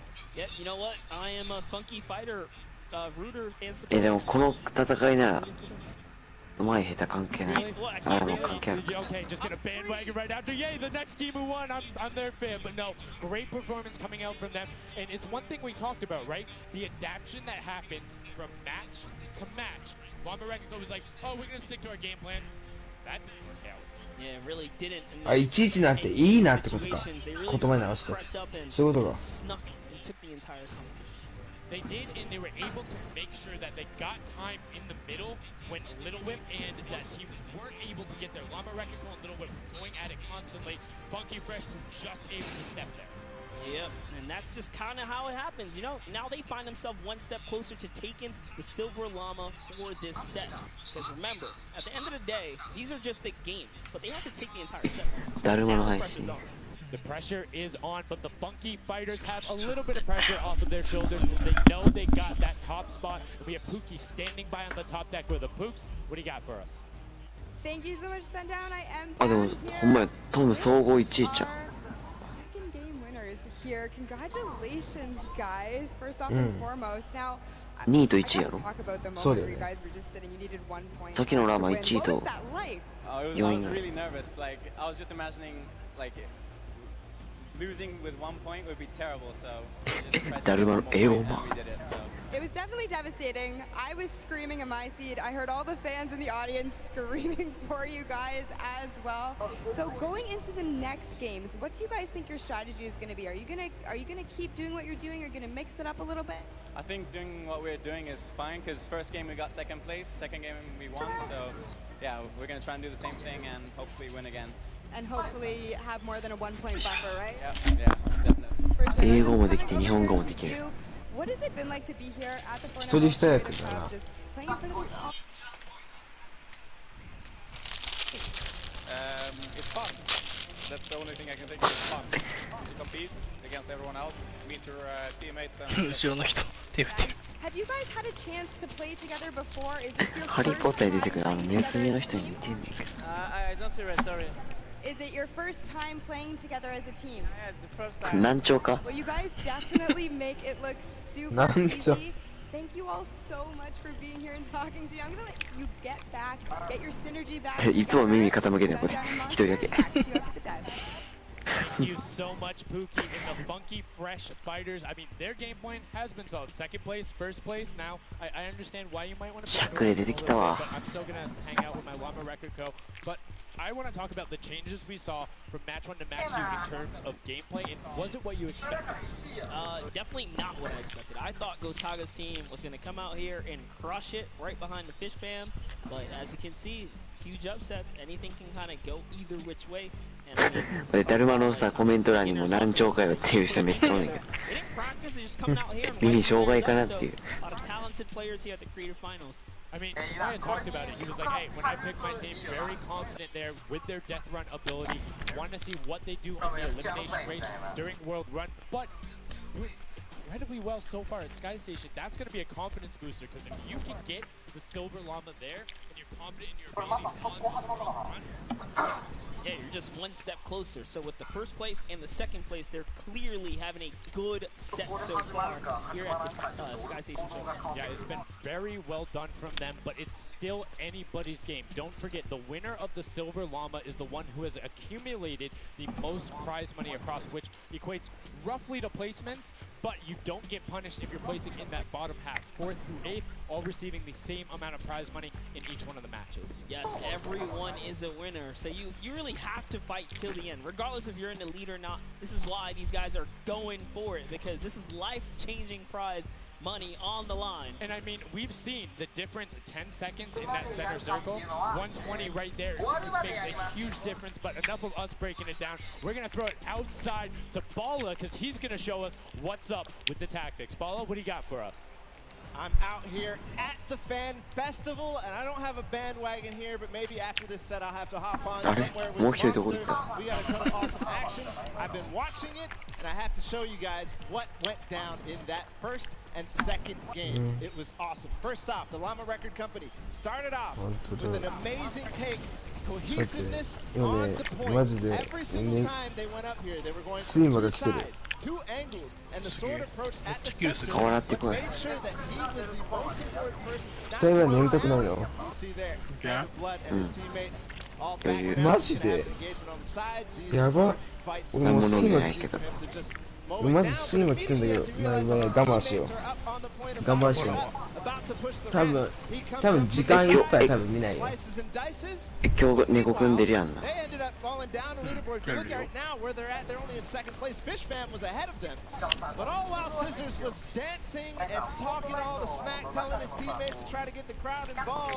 あんだけ妹が煽ってたのにな魚 Absolutely amazing take in the center on this first game. Led to Hand of Blood staying in that point and absolutely dominating.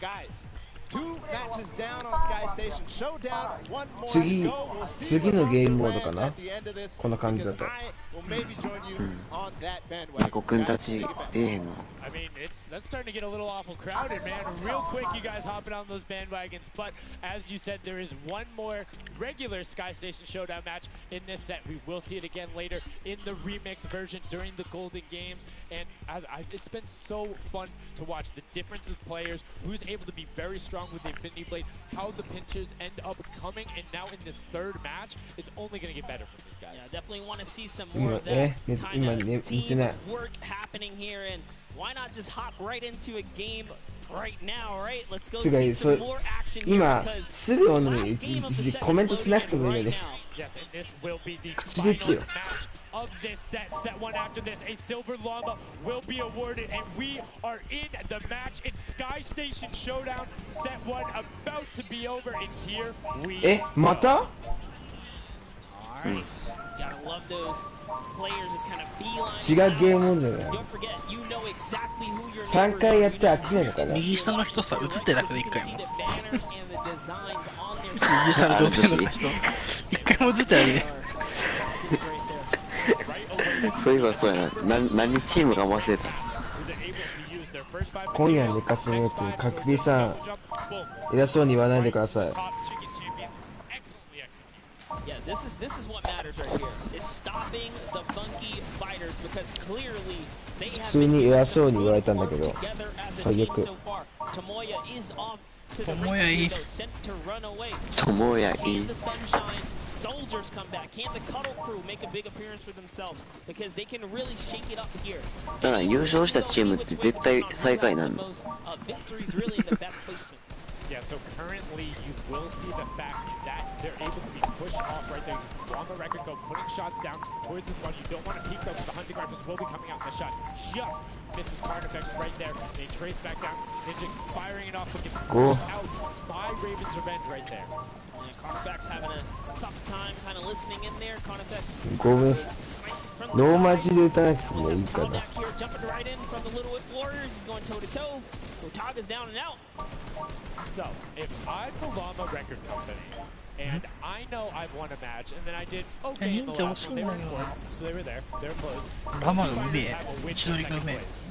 Do you send somebody to Monkey Fighters the entire time? You don't get the Silver Llama if you don't, right? If the Monkey Fighters finish above you, they're going to be finished off. Do you think they can spare somebody to do that, though? It's そういえばいたな、ブライトボンバー。 by them that it is to push up the top. Yeah, but the problem is then the Little Whip Warriors have been so consistent. 存在感薄すぎやろ。このスキーの中、一人だけまともやもん。 So I think the play here is play your game, and if anything, stay away from them. Let the rest of the server do that, you know, gritty work for you and dominate the other side. Take that victory. There you go. I like to hear it, Monster. That's fantastic analysis. That's why we keep you around. The breakdown and making sure you challenge the initial opinion there as the Ravens Revenge are able to get on the top and in a fantastic spot of control right now, building up a 40-point lead. Yeah, even like Gotaga's team is still in this. They've been doing like relatively well so far. Here it is. He just kind of goes toe to toe, and Ninja strikes him right down. Oh, but hey, his teammate comes on in. Raven's Revenge. Who's that? Magma comes right up to the top. And give you guys a little fun fact about Magma. He's from Australia. He started playing in Fortnite Season 2. His favorite aspect of creative mode is actually speedrunning. Always finds new ways to kind of play the game. I mean, good on him, man. I get incredibly frustrated by that, but then watching these guys do the speed runs and how quickly they go through and how efficiently, it just reminds me why we're up here talking about it and watching them do this creative madness as Scissors cuts through the competition, goes straight up to delay and right back down. Cuddle Crew not quite able to get him. It goes up again, so right now just denying the Cuddle Crew the points, but we talked about how we want to see more from them right now, pushing into the top three. Yes, the Cuddle Crew, come on, make a big appearance. Every game is worth so much. You, at the very least, want to be up in that top 4 contestant so that you can take a little bit more home with you. Here it is, Ninja. Disengages, actually just takes down Magma. And hey, I like the strat here. He says, you know what, I got low health, let's just get back on this respawn wagon. Doesn't even give anyone the satisfaction of stealing the siphon. I was about to say, no siphon, no materials, quick reset, knows he can get out there, was basically in his spawn anyway. That is the type of competitive edge Ninja always looks to give himself. I love that. That was like 200 IQ low-key right there. It was very well played. But back to Gotaga and Hand of Blood here in the same shot. Hand of Blood just, he can't do much. He knows there's a team up there. Waits for his entire squad to go up the ramp and then hops right to the top. But now back to Gotaga who's on this point by himself. He wants 何が bait him into the close. 見ていた Can he get the hit? And he does. Talon goes right スプレー down. もらえた Straight to ス the プレーまだ top. もらえてないんだけどだからリンクまだしないんだよな エイヤーの声で起きた Dodge the funky fresh fighter out. Botaga now getting pinched from the side. 3 of the funky fresh fighters up there doing everything they can, and the shots will come out. Trying to find it. And Gracious is やべそろそろ眠たくなってきた trying to get some defense. さっき余裕だった Botaga instead just gonna disengage. It's actually prime movement right there as well. You just see him baiting and switching, going back and forth, trying to get in there, see if he can kind of sneak in and get some extra damage. And here it is, someone's in front of him. He only needs 2 sweats. He goes down, he gets the siphon. Oh, cannot convert another, which would have kept him in the game. His teammates are here though. We're seeing a lot more points being assorted. It's a little more top heavy this game, going towards the おすげえ初めてレイブンが上がったんじゃん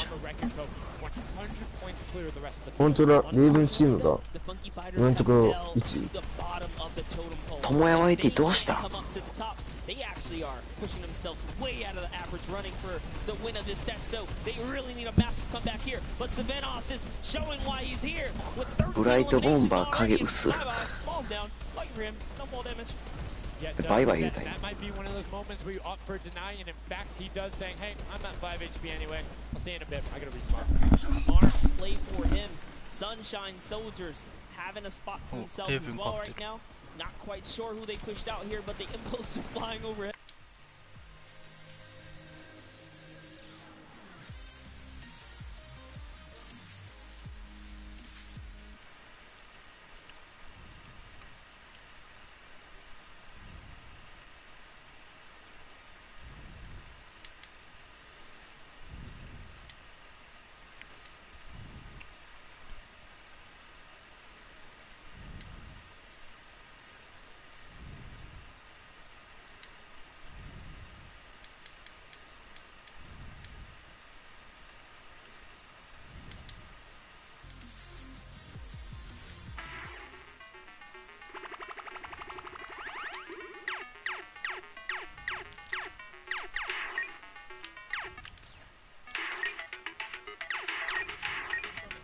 Here comes Gotavi's throwing himself into the fire, straight into the point there. He gets taken out. Here it is. Tomaya's team is balling. Let's come back here before the 7-minute mark, maybe kind of get themselves in the running. They're trying their hardest. And I mean, generally we talk about caster curves. Is it going on right now? Everyone's saying, yeah, we're doing well. We're going to stick to our game plan. That just shows you no one is safe here. These guys are evolving, and they're playing a better game after game. Here goes Scissors. He needs one more swipe there, but Clytax wins the small engagement.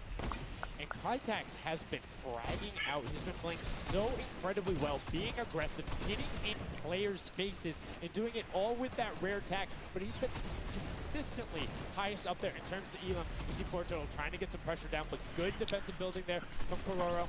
Ryan Frantic comes out the side and cleans it up, but there is Hand of Blood coming directly down. Danya is also up there. We got a 3-way battle, but it's 4 chickens saying, this is our roost, get out. That's right, coming right up to own it all for themselves. Rubius doing so good right now. He's from Spain. He actually has a record on, was it YouTube for live streaming? 1.1 million viewers, imagine. Yes, one of the biggest content creators in Spain. Will they be able to push down towards the middle? As you can see, Little Whip and Lava Record Company already down there. We've seen this story before as the Funky Fresh Fighters go in, but you can barely even hear the shots over the impulse grenades going off as everyone's like, no, we've seen how this goes. The Funky Fighters need this. The Llama Record Company need this. So many of these guys, it's riding on this game right here. They have to get as many points as possible. But even with the 12-1, we haven't seen a lead like this from Gotaga in group. They are nearly 300 points clear of the next team. Nobody else is contesting there. Has not been able to catch up a little bit, but they both established control in their top zones and cut past Raven's Revenge by just 3 points. あーベッドって最高 Very consistent as well, right? They've been doing okay in that top 4, just doing a pretty good job. 無声ヘッドなんでよかった after all of these rounds. So if Gotaga's team takes this, we actually don't know who can take this set right now. It's actually that close right here. Little Whip Warriors have kind of fallen down a bit here, but Funky Fighters clearly in last place is not good. And now right now you can see Tomoya coming in, doing everything he can to knock it down. Carnifex challenging as best he can, and Lachlan is just hanging out inside the cone. Lachlan's doing a great job here. He's just kind of hiding, loving the low profile kind of position and take here on the point. He was hidden, but hey, he has to come out now and defend themselves. It's 3 chickens who surround him and take down that Cuddle Bear. Oh man. They're supposed to be the tender defenders, but that was a whole bunch of aggression coming out from them there as they now immediately look and start to take shots. And the Ravens Revenge have now finally been unseated from their 3-point game. So a little bit of room to start for the catch-up, but it is utter chaos at point D as Tomoya gets taken down and the Funky Fighters are still in 8th place. There's still 55,000 minimal on this game alone here. You want to win this one. Ravens Revenge. Will Cuddle Crew find themselves a big piece of the pie here. We're in New York City, man. You gotta make pizza references. That's how we're doing it. Here comes Gotaga kind of hopping on overhead. And alright, he wants more points. He's hungry for it. It's unfortunate they're just putting off the side as Magma goes down, sitting on 23 eliminations right now. And Gotaga doing his best to find where they want to go, waiting for his team, but knowing that time is running short since that middle hill is still open and being constantly contested. But the Cuddle Crew are catching up with their steady 3-point game. But now Gotaga goes up right around the back, able to pick up the Elim, and control is rested. This is scary because the Cuddle Crew is also getting points right now. So yes, they're getting a lead, but the Cuddle Crew is keeping it very close. They're keeping it very close. And this is what we were talking about. We want to see a strategy come out, something defensive where you can get your control. They have now walled them off on each side, thrown a cone on top of them, and they have firing angles towards the other 2 platforms and towards the spawns behind them. Nobody wants to go contest them, but right now, Gotaga, oh, we saw what happened when Scissors did that. Don't count your chickens before they hatch because they're catching up right now. You can see that 12 points ticking over, but they do still have a lead as players are trying their best to deny Ravens Revenge. Yes, you have to keep him safe. This is the protect the president strat at its finest. Cuddle Crew still getting points. Llama Records still getting points. In comes the fire from all the other platforms. Cuddle Crew's putting on pressure. They don't want to give him the freebie here. You have to look at Ravens Revenge, though. Everybody is so focused on the middle. Nobody is going and challenging the top team. You know they're over there. You know they're uncontested right now. You have to be putting shots down there. You have to find the tags under Gotaga. And they got him. They got him the difference now. Look at the Cuddle Crew climbing up on their consistent 3, but they still have control of the top. They just don't have their sword. It's 2 hops to get up there. That's right, and now Lachlan can just sit here. He can just hang out, earn these points. This is what he needs to do, and he's almost there. He is almost there. The first place can be his. Right now he can take the lead down. But they got control at the same time. It's literally ticking over a half-second away from each other. The shots are going. Cuddle Crew has the lead, though. Will the shot be able to go through? Yes! Cuddle Crew gets taken down. 999! 1,000! Gotaga and Ravens Revenge in the closest nail-biter yet. Edge out the Cuddle Crew in 2 teams who we said we wanted to see more. They brought more. Are you kidding me? The Fish Fam step up and shut it down. Just the fact they stepped on the point, they couldn't earn points and they lost the lead. They were just a tick ahead. That could have been their game. I mean, it's just, let's check out the replay. You can see the counter in the top right, but the Fish Fam going up and challenging on the other side. You can see them hopping up there. No one was at the Ravens Revenge as soon as they were there, and the celebration too. You have to be excited when you see that Victory Royale screen pop off when you're up there. I mean, what's it like to win a game on that stage? I have no idea. Those guys do, though. We you know, at some point before the day's over, we really got to recap the other point of a point of view there, because they had it. They were 1 tick ahead. They were there, knocking on the door, 55,000 away from bonus prize on top of this entire competition. It was right there. And it got taken away, and this is why I love Sky Station Showdown. The clutch little moments, the interactions that happen. very similar to Battle Royale, where every single thing that is happening on the map can affect the overall end result of the game.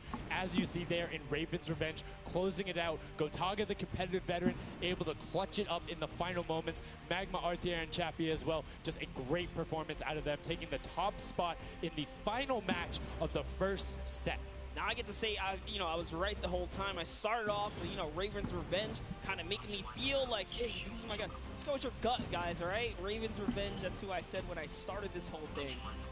Told you. He's not wrong. They were able to take it there, but we're going to throw it up top to an interview with Raven's Revenge with Zeke. Zeke, you there, buddy?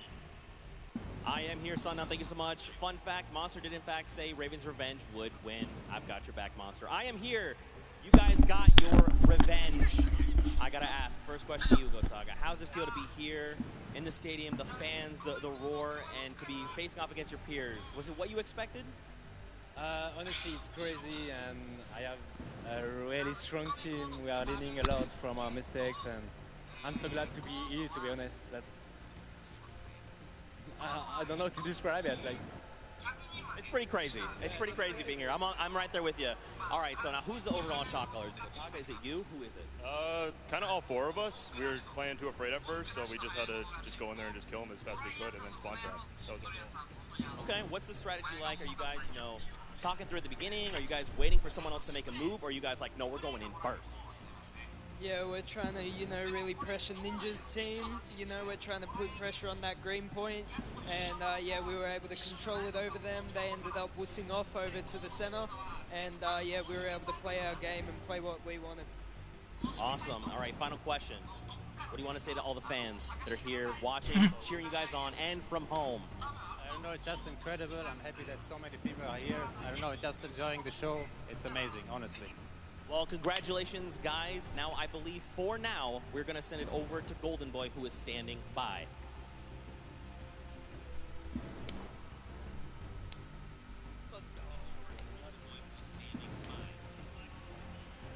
Going on there, and now what we're doing right now, hanging out as they walk back over, just brilliantly done there from RTA, Magma, Chappie, Gotaga. The teamwork from them was just on point. You talked about it, all four strong players from Gotaga, and they're happy with the final result, and that puts them immediately into contention because it's cumulative prize point to find out who will take that first silver llama and kind of get a leg up for the rest of the creative final.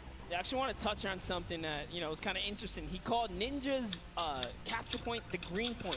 These guys are, that focused here. He's like, okay, we know who's kind of farming which ones. And they're shutting players down, shutting down their competition so that they can take these sets. Well, that's the next step, right? As soon as you're immediately in there, and that's the big part for Sky Station that I enjoy, is you have the ability to see where the other opponents are in relation to you for score. So if you want to go and try and make somebody's life difficult, you might not be maximizing your points, but you can effectively help your team the most by just denying the other guys, being like, hey, you don't get to play this, and occasionally, if you put enough pressure on them, maybe they default to rotating the other way. Maybe they go somewhere longer. Maybe they have to wait and only push this forward. All of those are advantages you can get by just putting pressure on another team. And there's so many different layers. And I think when we see the remix for this, it's going to get even more exciting. Yeah, don't forget, guys, here and at home, there's a remix version. We have some nice twisted surprise that we will see unfold as the day goes on. That was just our first iteration of this round. And honestly, it was a great set. But that just leaves us with the question, too. The Funky Fighters, they had an amazing opening, right? Second place is great. You get big prize bonus for that. You win game 2, and then you kind of flop game 3. Depending on where they went, their average might have really been anchored down. Yeah, that ends up being really harmful. But luckily there, if you're in the 4th to 8th range, there's no additional, I don't want to say penalty, because they're all getting $10,000 for the match in of itself. So there's just no additional gain after that fact. You're still able to stay par. So 4th would have been just as bad, but 8th, you're kind of looking like, oh, that'll really bring down the average. It's not the worst case scenario going on there. So they should still be at least in the running, but you can't be comfortable. No. Not at all.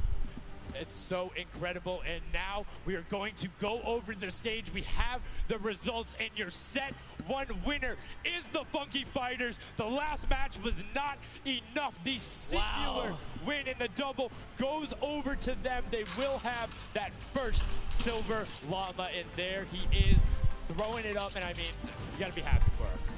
They did it. I thought maybe it wasn't enough, but it was. This celebration right here.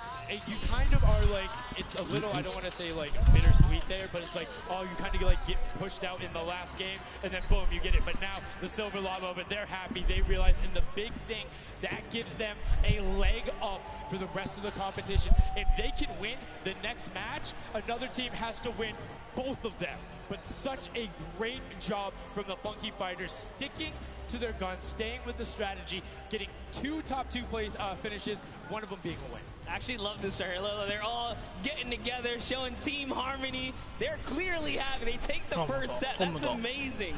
They're off to the right start, really. They can get another 1 or 2 of those, and this entire creative finals is theirs. Well, and again, we talked with Tomoya beforehand, and he was like, yeah, we're really confident when we can get into the races. We want to be on that world run. We know we can do there. We have some really good runners, and then they turn around and do that? I was just showdown? Yeah, I was just going to touch it. I was like, you know what? Yeah, this wasn't even their strong suit, right? He did a death run at some point as when he recruited his people for this creative challenge. So for him to take what might be one of our, you know, toe-to-toe PvP sessions, that's actually crazy. And here's the team standings, Sundown. Yeah, look at the final team standings. So Llama Record Co. do just get edged out by $1,500 there. The Funky Fighters you see on the right-hand side have been awarded that Silver Llama. Rounding it out, you have Raven's Revenge in the top 3, Cuddle Crew and Little Whip Warriors both at 55, sitting in 4th and 5th. Fish Fam, Sunshine Soldiers, I almost got that one, 6th and 7th, and then 8th there are the Chicken Champions. But this is set 1 of 4. There's still tons of creative games to be going on. I mean, it's been so good, and like we talked about earlier, you have a never-before-seen map and game mode for you guys. Now, I know we released Prop Hunt. It's something that's kind of similar to that. How many of you guys have played Red Light, Green Light? At some point in time, right? You've been there, you've done it, I know, whether it might have been a little while ago. Junkyard Juke is a red light, green light prop hunt version where you will have 2 teams sitting up as guards, 6 teams running. It will rotate through every single one of the rounds, and here you can see how to win. You have to dodge those guards, sprint into the center, and incinerate yourself in order to get those points. There are 4 rounds per match, Monster, and how do they score? Yeah, but also, before we get there, you only get to be guard once, and while you're guard, you do not accumulate points. But yes, the points come in through the props themselves, so when you are on the prop side, you want to choose small, medium, or large objects and try and get it to the incinerator under the guard tower. It's actually really difficult, and like you said, it's a hybrid. It's a red light, green light, slash prop hunt style. This is a pretty tough game though. We played a fair amount of it. I got my hands on it. This is actually a lot harder than it kind of sounds. So it's something that is just completely different. I don't know how many of you guys have played Prop Hunt. Definitely check it out. It's on the Creative Islands. It's a lot of fun, but this brings an additional aspect to it. The guards are able to have the denial. You're able to plan routes out, and you can have strategies, right? So hey, maybe I want to run all big props the whole time. Don't give it away. Don't give it away. There's tons of different things. Let's check out the format and see what these guys, how they're going to go through, what the map looks like, and really get an idea of how the game is played.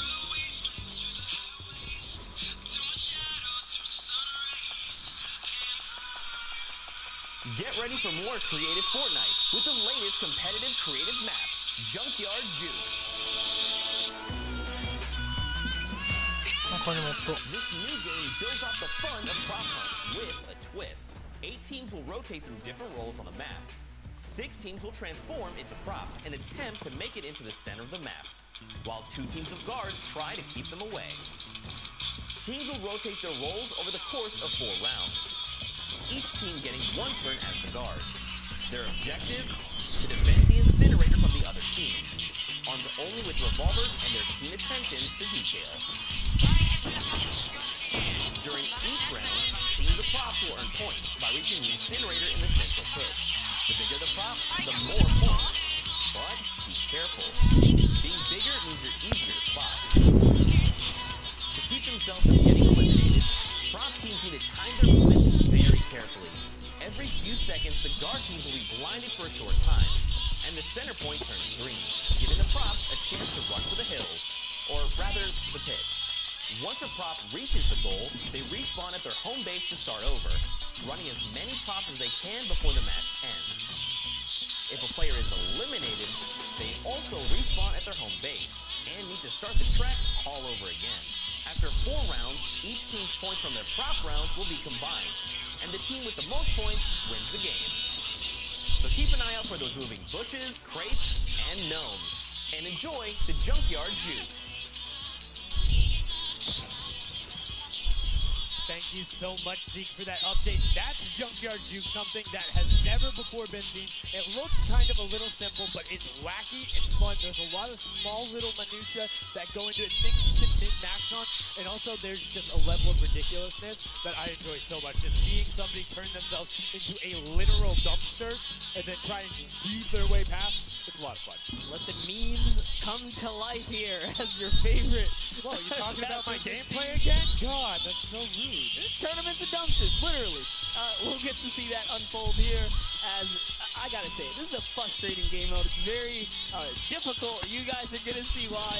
It is gonna be tough for some of these guys to bring in those big point objects, and that's just gonna be the name of it. Who can score the most here? Who can score, and how well are you playing defense? How well do you coordinate? Who is watching the right angles? And it's, again, it's gonna be interesting to see. Do they switch up their strategy after from game 1 to game 2? Because there's so many different things you can do. But we are about to have the world premiere of Junkyard Juke. We are getting into set number 2. The 皆さん、起きてる人。おーい。生存者。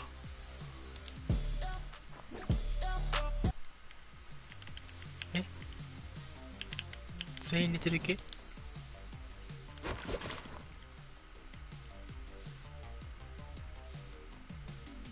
生存者。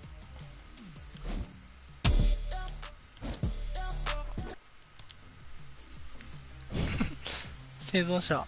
エイダン？エイダン？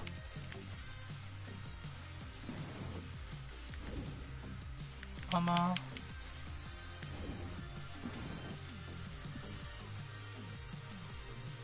おっと。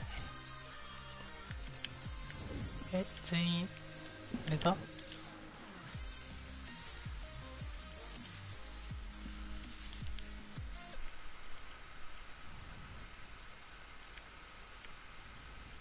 そんな悲しいこと言わんといてよ。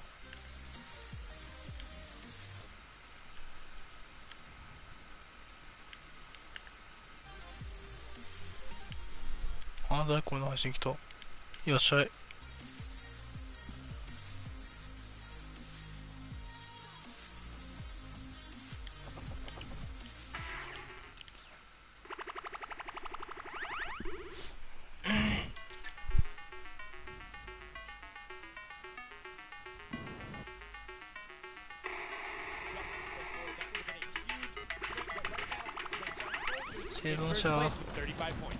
They are finding their rhythm here. Sunshine Soldiers taking the lead right now. This is a hard game mode to break free in because you got to think about it. These guards are not playing around. They are shooters, right, at heart. And at the end of the day, if something looks off, something looks odd, like this white vent right here, you're just going to get popped. So you got to be careful here. And there it is. Nice job of, you know, kind of hitting the brakes here.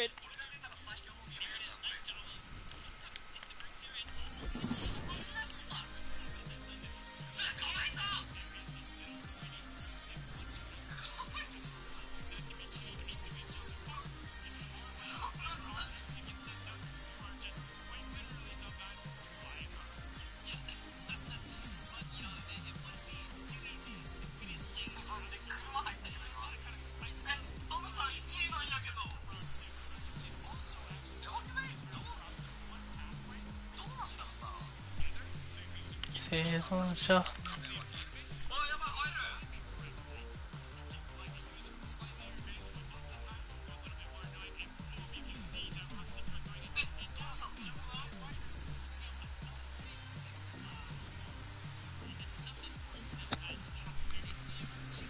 エダン？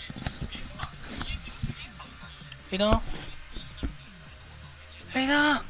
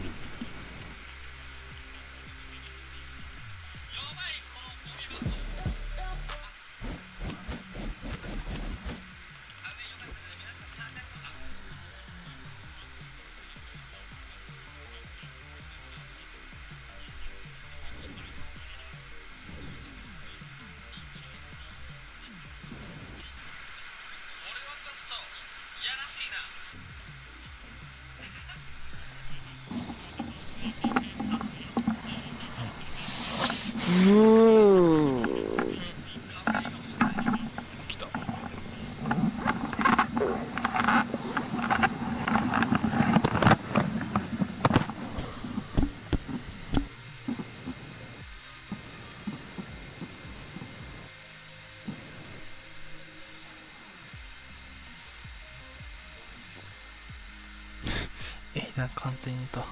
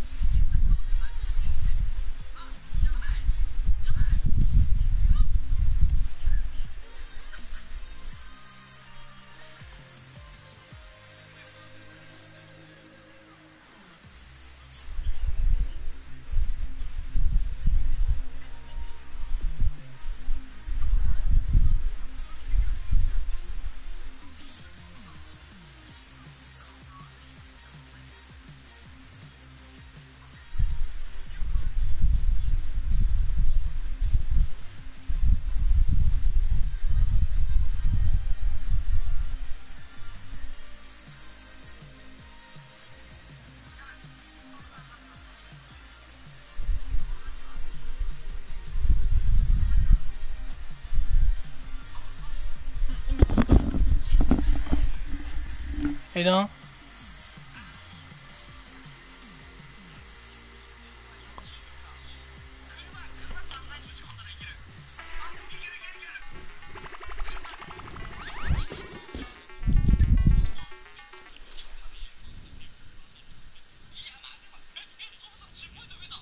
Now, the Funky Fighters, 5 points out. Anything going in will be enough. And the time ticks over. They didn't get it in there. Oh, did they get it in there? They might have got the 5-point right at the end, but no, wasn't enough. Llama Record Co. on the defense says, lock it up. We good. Brilliantly done from them. And that's what I'm talking about. When you're sitting there on defense, you know exactly how long you need to keep them out. Exactly what you need to do in order to take the victory. And no surprise there, the guys who are all about that apocalypse game mode during the creative trials, able to take home the very first match ever on Junkyard Cube. That was well played. Valiant effort for everyone that participated in that run right there. And it was a close one. 150 points to the contender having 145. Just 1 point. One small radius. And this is what I'm talking about, where if you had one person who was running just 2 points props there and got their successful runs at the end, they would have it. That's 3 successful runs. That takes about a minute, and you could have collected it.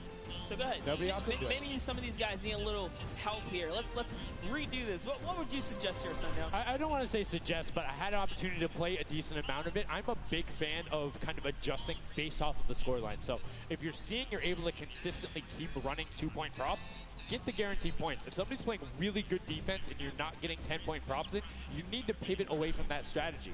Because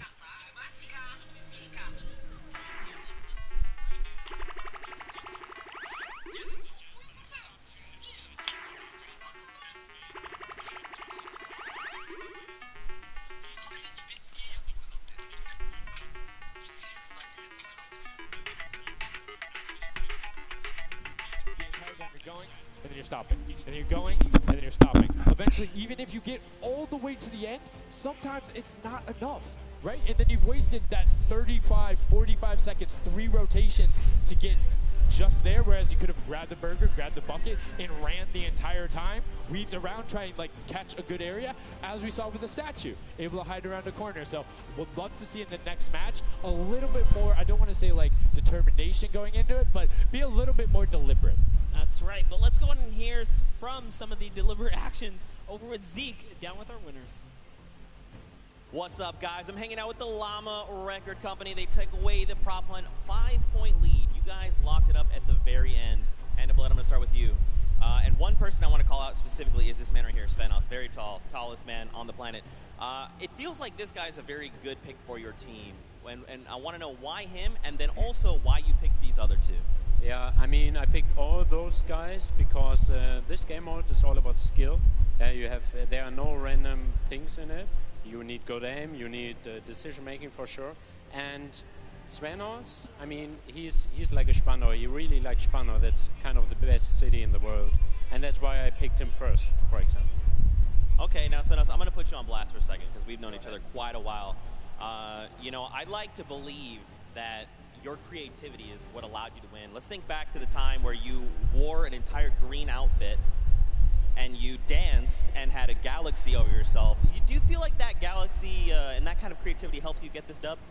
I don't know what you're talking about, mate. I think people at home that watched, you guys probably know exactly what I'm talking about. Let's go over this way now. What did you think about that game? Was it what you expected? Was it different? Did it catch off guard? Were you ready to just jump into it? It's enjoyable. Once you get the hang of it, it gets a lot easier. You just got to work out who's good at aiming, which team's on the tower, and after that, you're good. All right, final question. Do you think you have what it takes? Are you gonna? Is the Llama Record Company going to be the team? You think someone else is standing in your way, or is it all you guys? I think it's going to be all us, yes. There you go. Man, a few words, that's all they need. Gentlemen, thank you so much. Best of luck going forward. Back to you guys on the desk. Thank you so much, Zeke. Another brilliant performance there coming out of the Llama Record Company. We talked about their versatility. We talked about how quickly they pick up competitive matches. But this is what happened in the first set, right? They were there. They were confident. They're like, yeah, once you get it, it's easy. And then all the other teams immediately caught up. So it'll be very interesting to see if that same story from set 1 is what's happening in set 2. Yep, that's right. Alex up there said it best. You know, he had the confidence, he felt good in those final moments. Hey, you know, once you figure out who's aiming, maybe just avoid him. Yeah, I mean, if somebody is hitting all their shots, you need to take a different route. You can't go and continuously challenge them because, again, we talked about that. If you waste all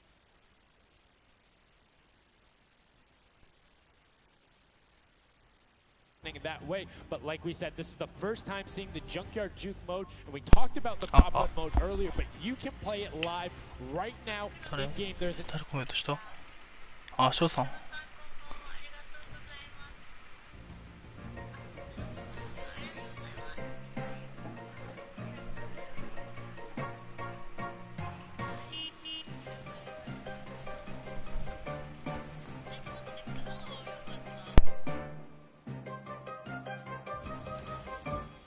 like we said, you can check that out live in client. It's an LTM that is available only for this weekend. And Monster, have you had a chance to play Prop Hunt? Well, all week long now, I finally really got to experience the Prop Hunt. And before this, I kind of heard you guys talk about it. I was like, is that something I want to try out? But no, it honestly was very fun.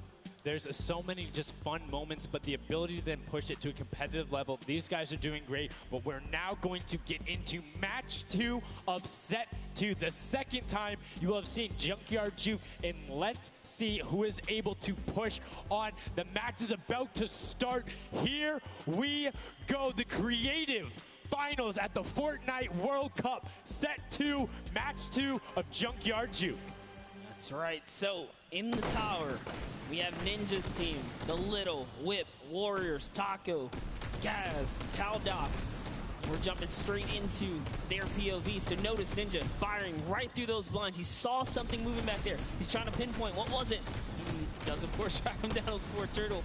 Ooh, just a little pixel, you know? You stand out, you're gonna get popped here. He needs to make sure he's still watching his left-hand side, though, because there is a whole run on that corner right now where people would be able to come out, and now all of a sudden you see Alex JJ, Tyler, Ryan Franta, MSYB all heading that direction. Nobody is checking that corner. He's checking it every now and then, but he's primarily aiming on the right, and right as I say that now looks back on over as the rush comes through, but MSYB and Rubius are able to get in. Brilliantly done from them, getting the first points on the board as the Funky Fighters again are able to pull out to a decent lead. What do you think? Would you rather be up in the guard tower first and kind of get that out the way? Or would you prefer to kind of jump in as a prop and get your points first? So for me, it depends if I can get a lead. If I have a lead, obviously I want to be a guard tower at the end because I'm very confident in my ability to just spam shots in the right direction because I know like I can find the sight line and all that. With that being said, if you can get in the guard tower early and you do incredibly well, it gives you the bonus. You know how many points you need to get. You know how consistent and fast you can run. And right now we're seeing a lot more 5-point props than last round. People consistently trying to get those in, recognizing, hey, they're a little bit quicker. Soldiers gets in that truck at 10 points going over to them, and 15 actually as a 5-pointer got sorted right at the same time. That was perfect, yeah. And the Sunshine Soldiers had a great last run. Achin and his crew really pulled it together. They were at the top for a while there, but in those final moments we saw the Chicken Champions take away and kind of break away. And now look, no surprise, Chicken Champs, they're feeling it. They found their rhythm towards the end of the last one. If they carry that over, this is going to be a close one. Yeah, and you can see Carnifex hits the jump pad twice over there, doing everything he can to not get hit, and he does get the teddy bear in. Ooh. 10 points going through, and Clytex gets picked right at the edge. Right through the current. Taco is like, you know what, I'm going to check the close area. Look at how Chappie's doing it as well. He's actually eliminated 9 props so far, so he is really firing away here, trying to see if anyone's trying to make a mad dash while the curtains are up, and Sandy gets caught right there. Good shot right away. 20 seconds left, so players need to start running if they're going. Good shots coming out from Trappy to get it there and get the reload off. Saw the truck over on the side, is able to pick that one up, and now is looking for the smaller props towards the side. Knew there was movement, just wants to fire it up. Only 10 seconds left. They should be able to get the defense, but there goes a bucket. Look at it. Oh, the cactus. Those are hard to hit. There goes, able to pick it up just at the last second. Good attempt from Kutu, and you can see the points already coming across. Players so far sticking to their game plan. 5 and 10-point props all the way. That is the way to go. Inch your way up and over to that victory there. But that was just the first round of 4 here. Round 2 is going to begin. What's going to happen now is, again, the guard tower is going to mix up. We're going to see new players in the guard tower, and then the other players that were previously in the guard tower back on the prop hunt.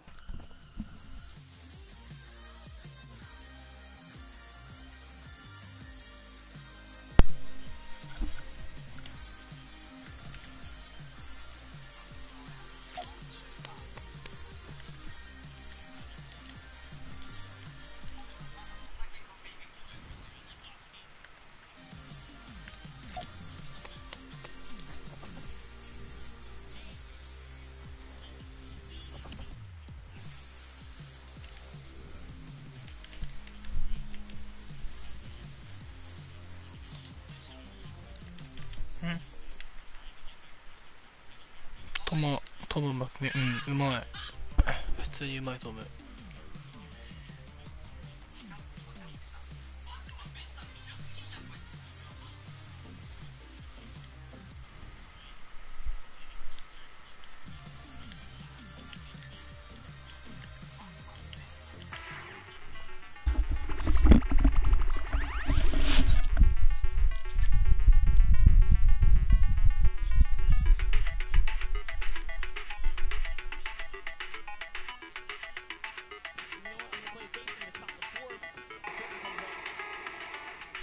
Be having a blast right now. She says one of her favorite things about creative mode is kind of the wacky and Waynian situations you get into, particularly like prop hunt. So this must be a game mode that she's doing incredibly well and enjoying herself in. As you can see there, her team is able to get a couple of props in there. Gotaga and Clytex try to make the final little sprint. Hand of Blood gets another 10 points over, as does Taka with a 5-point statue there.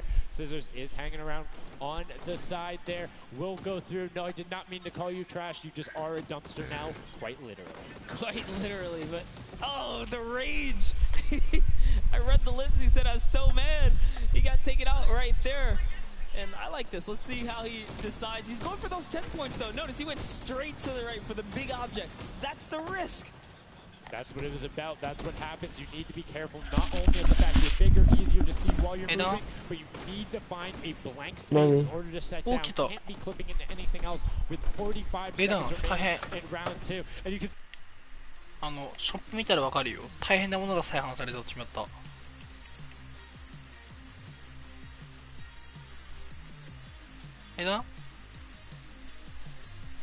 何？いや、ショップ見てごらん。ショップが変わってるから。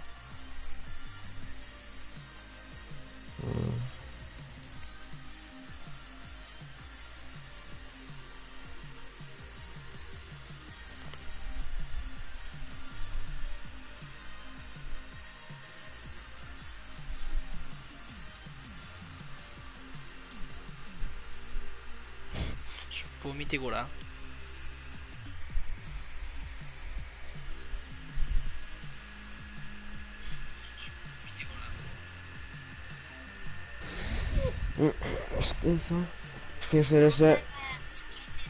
ネタバレするな。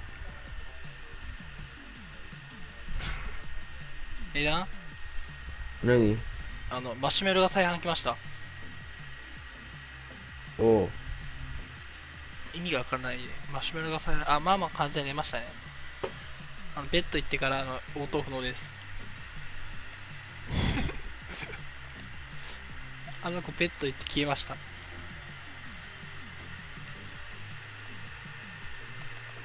俺一人だけ起きてます。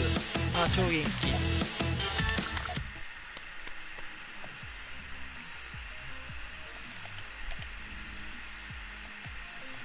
もうそろそろ寝ようかな。でももうすぐしたら。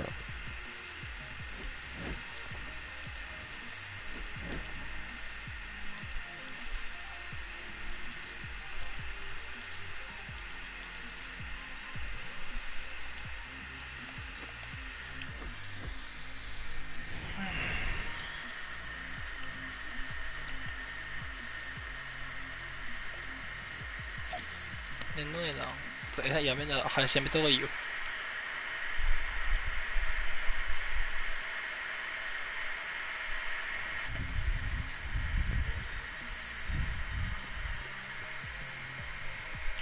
ほら、やめて。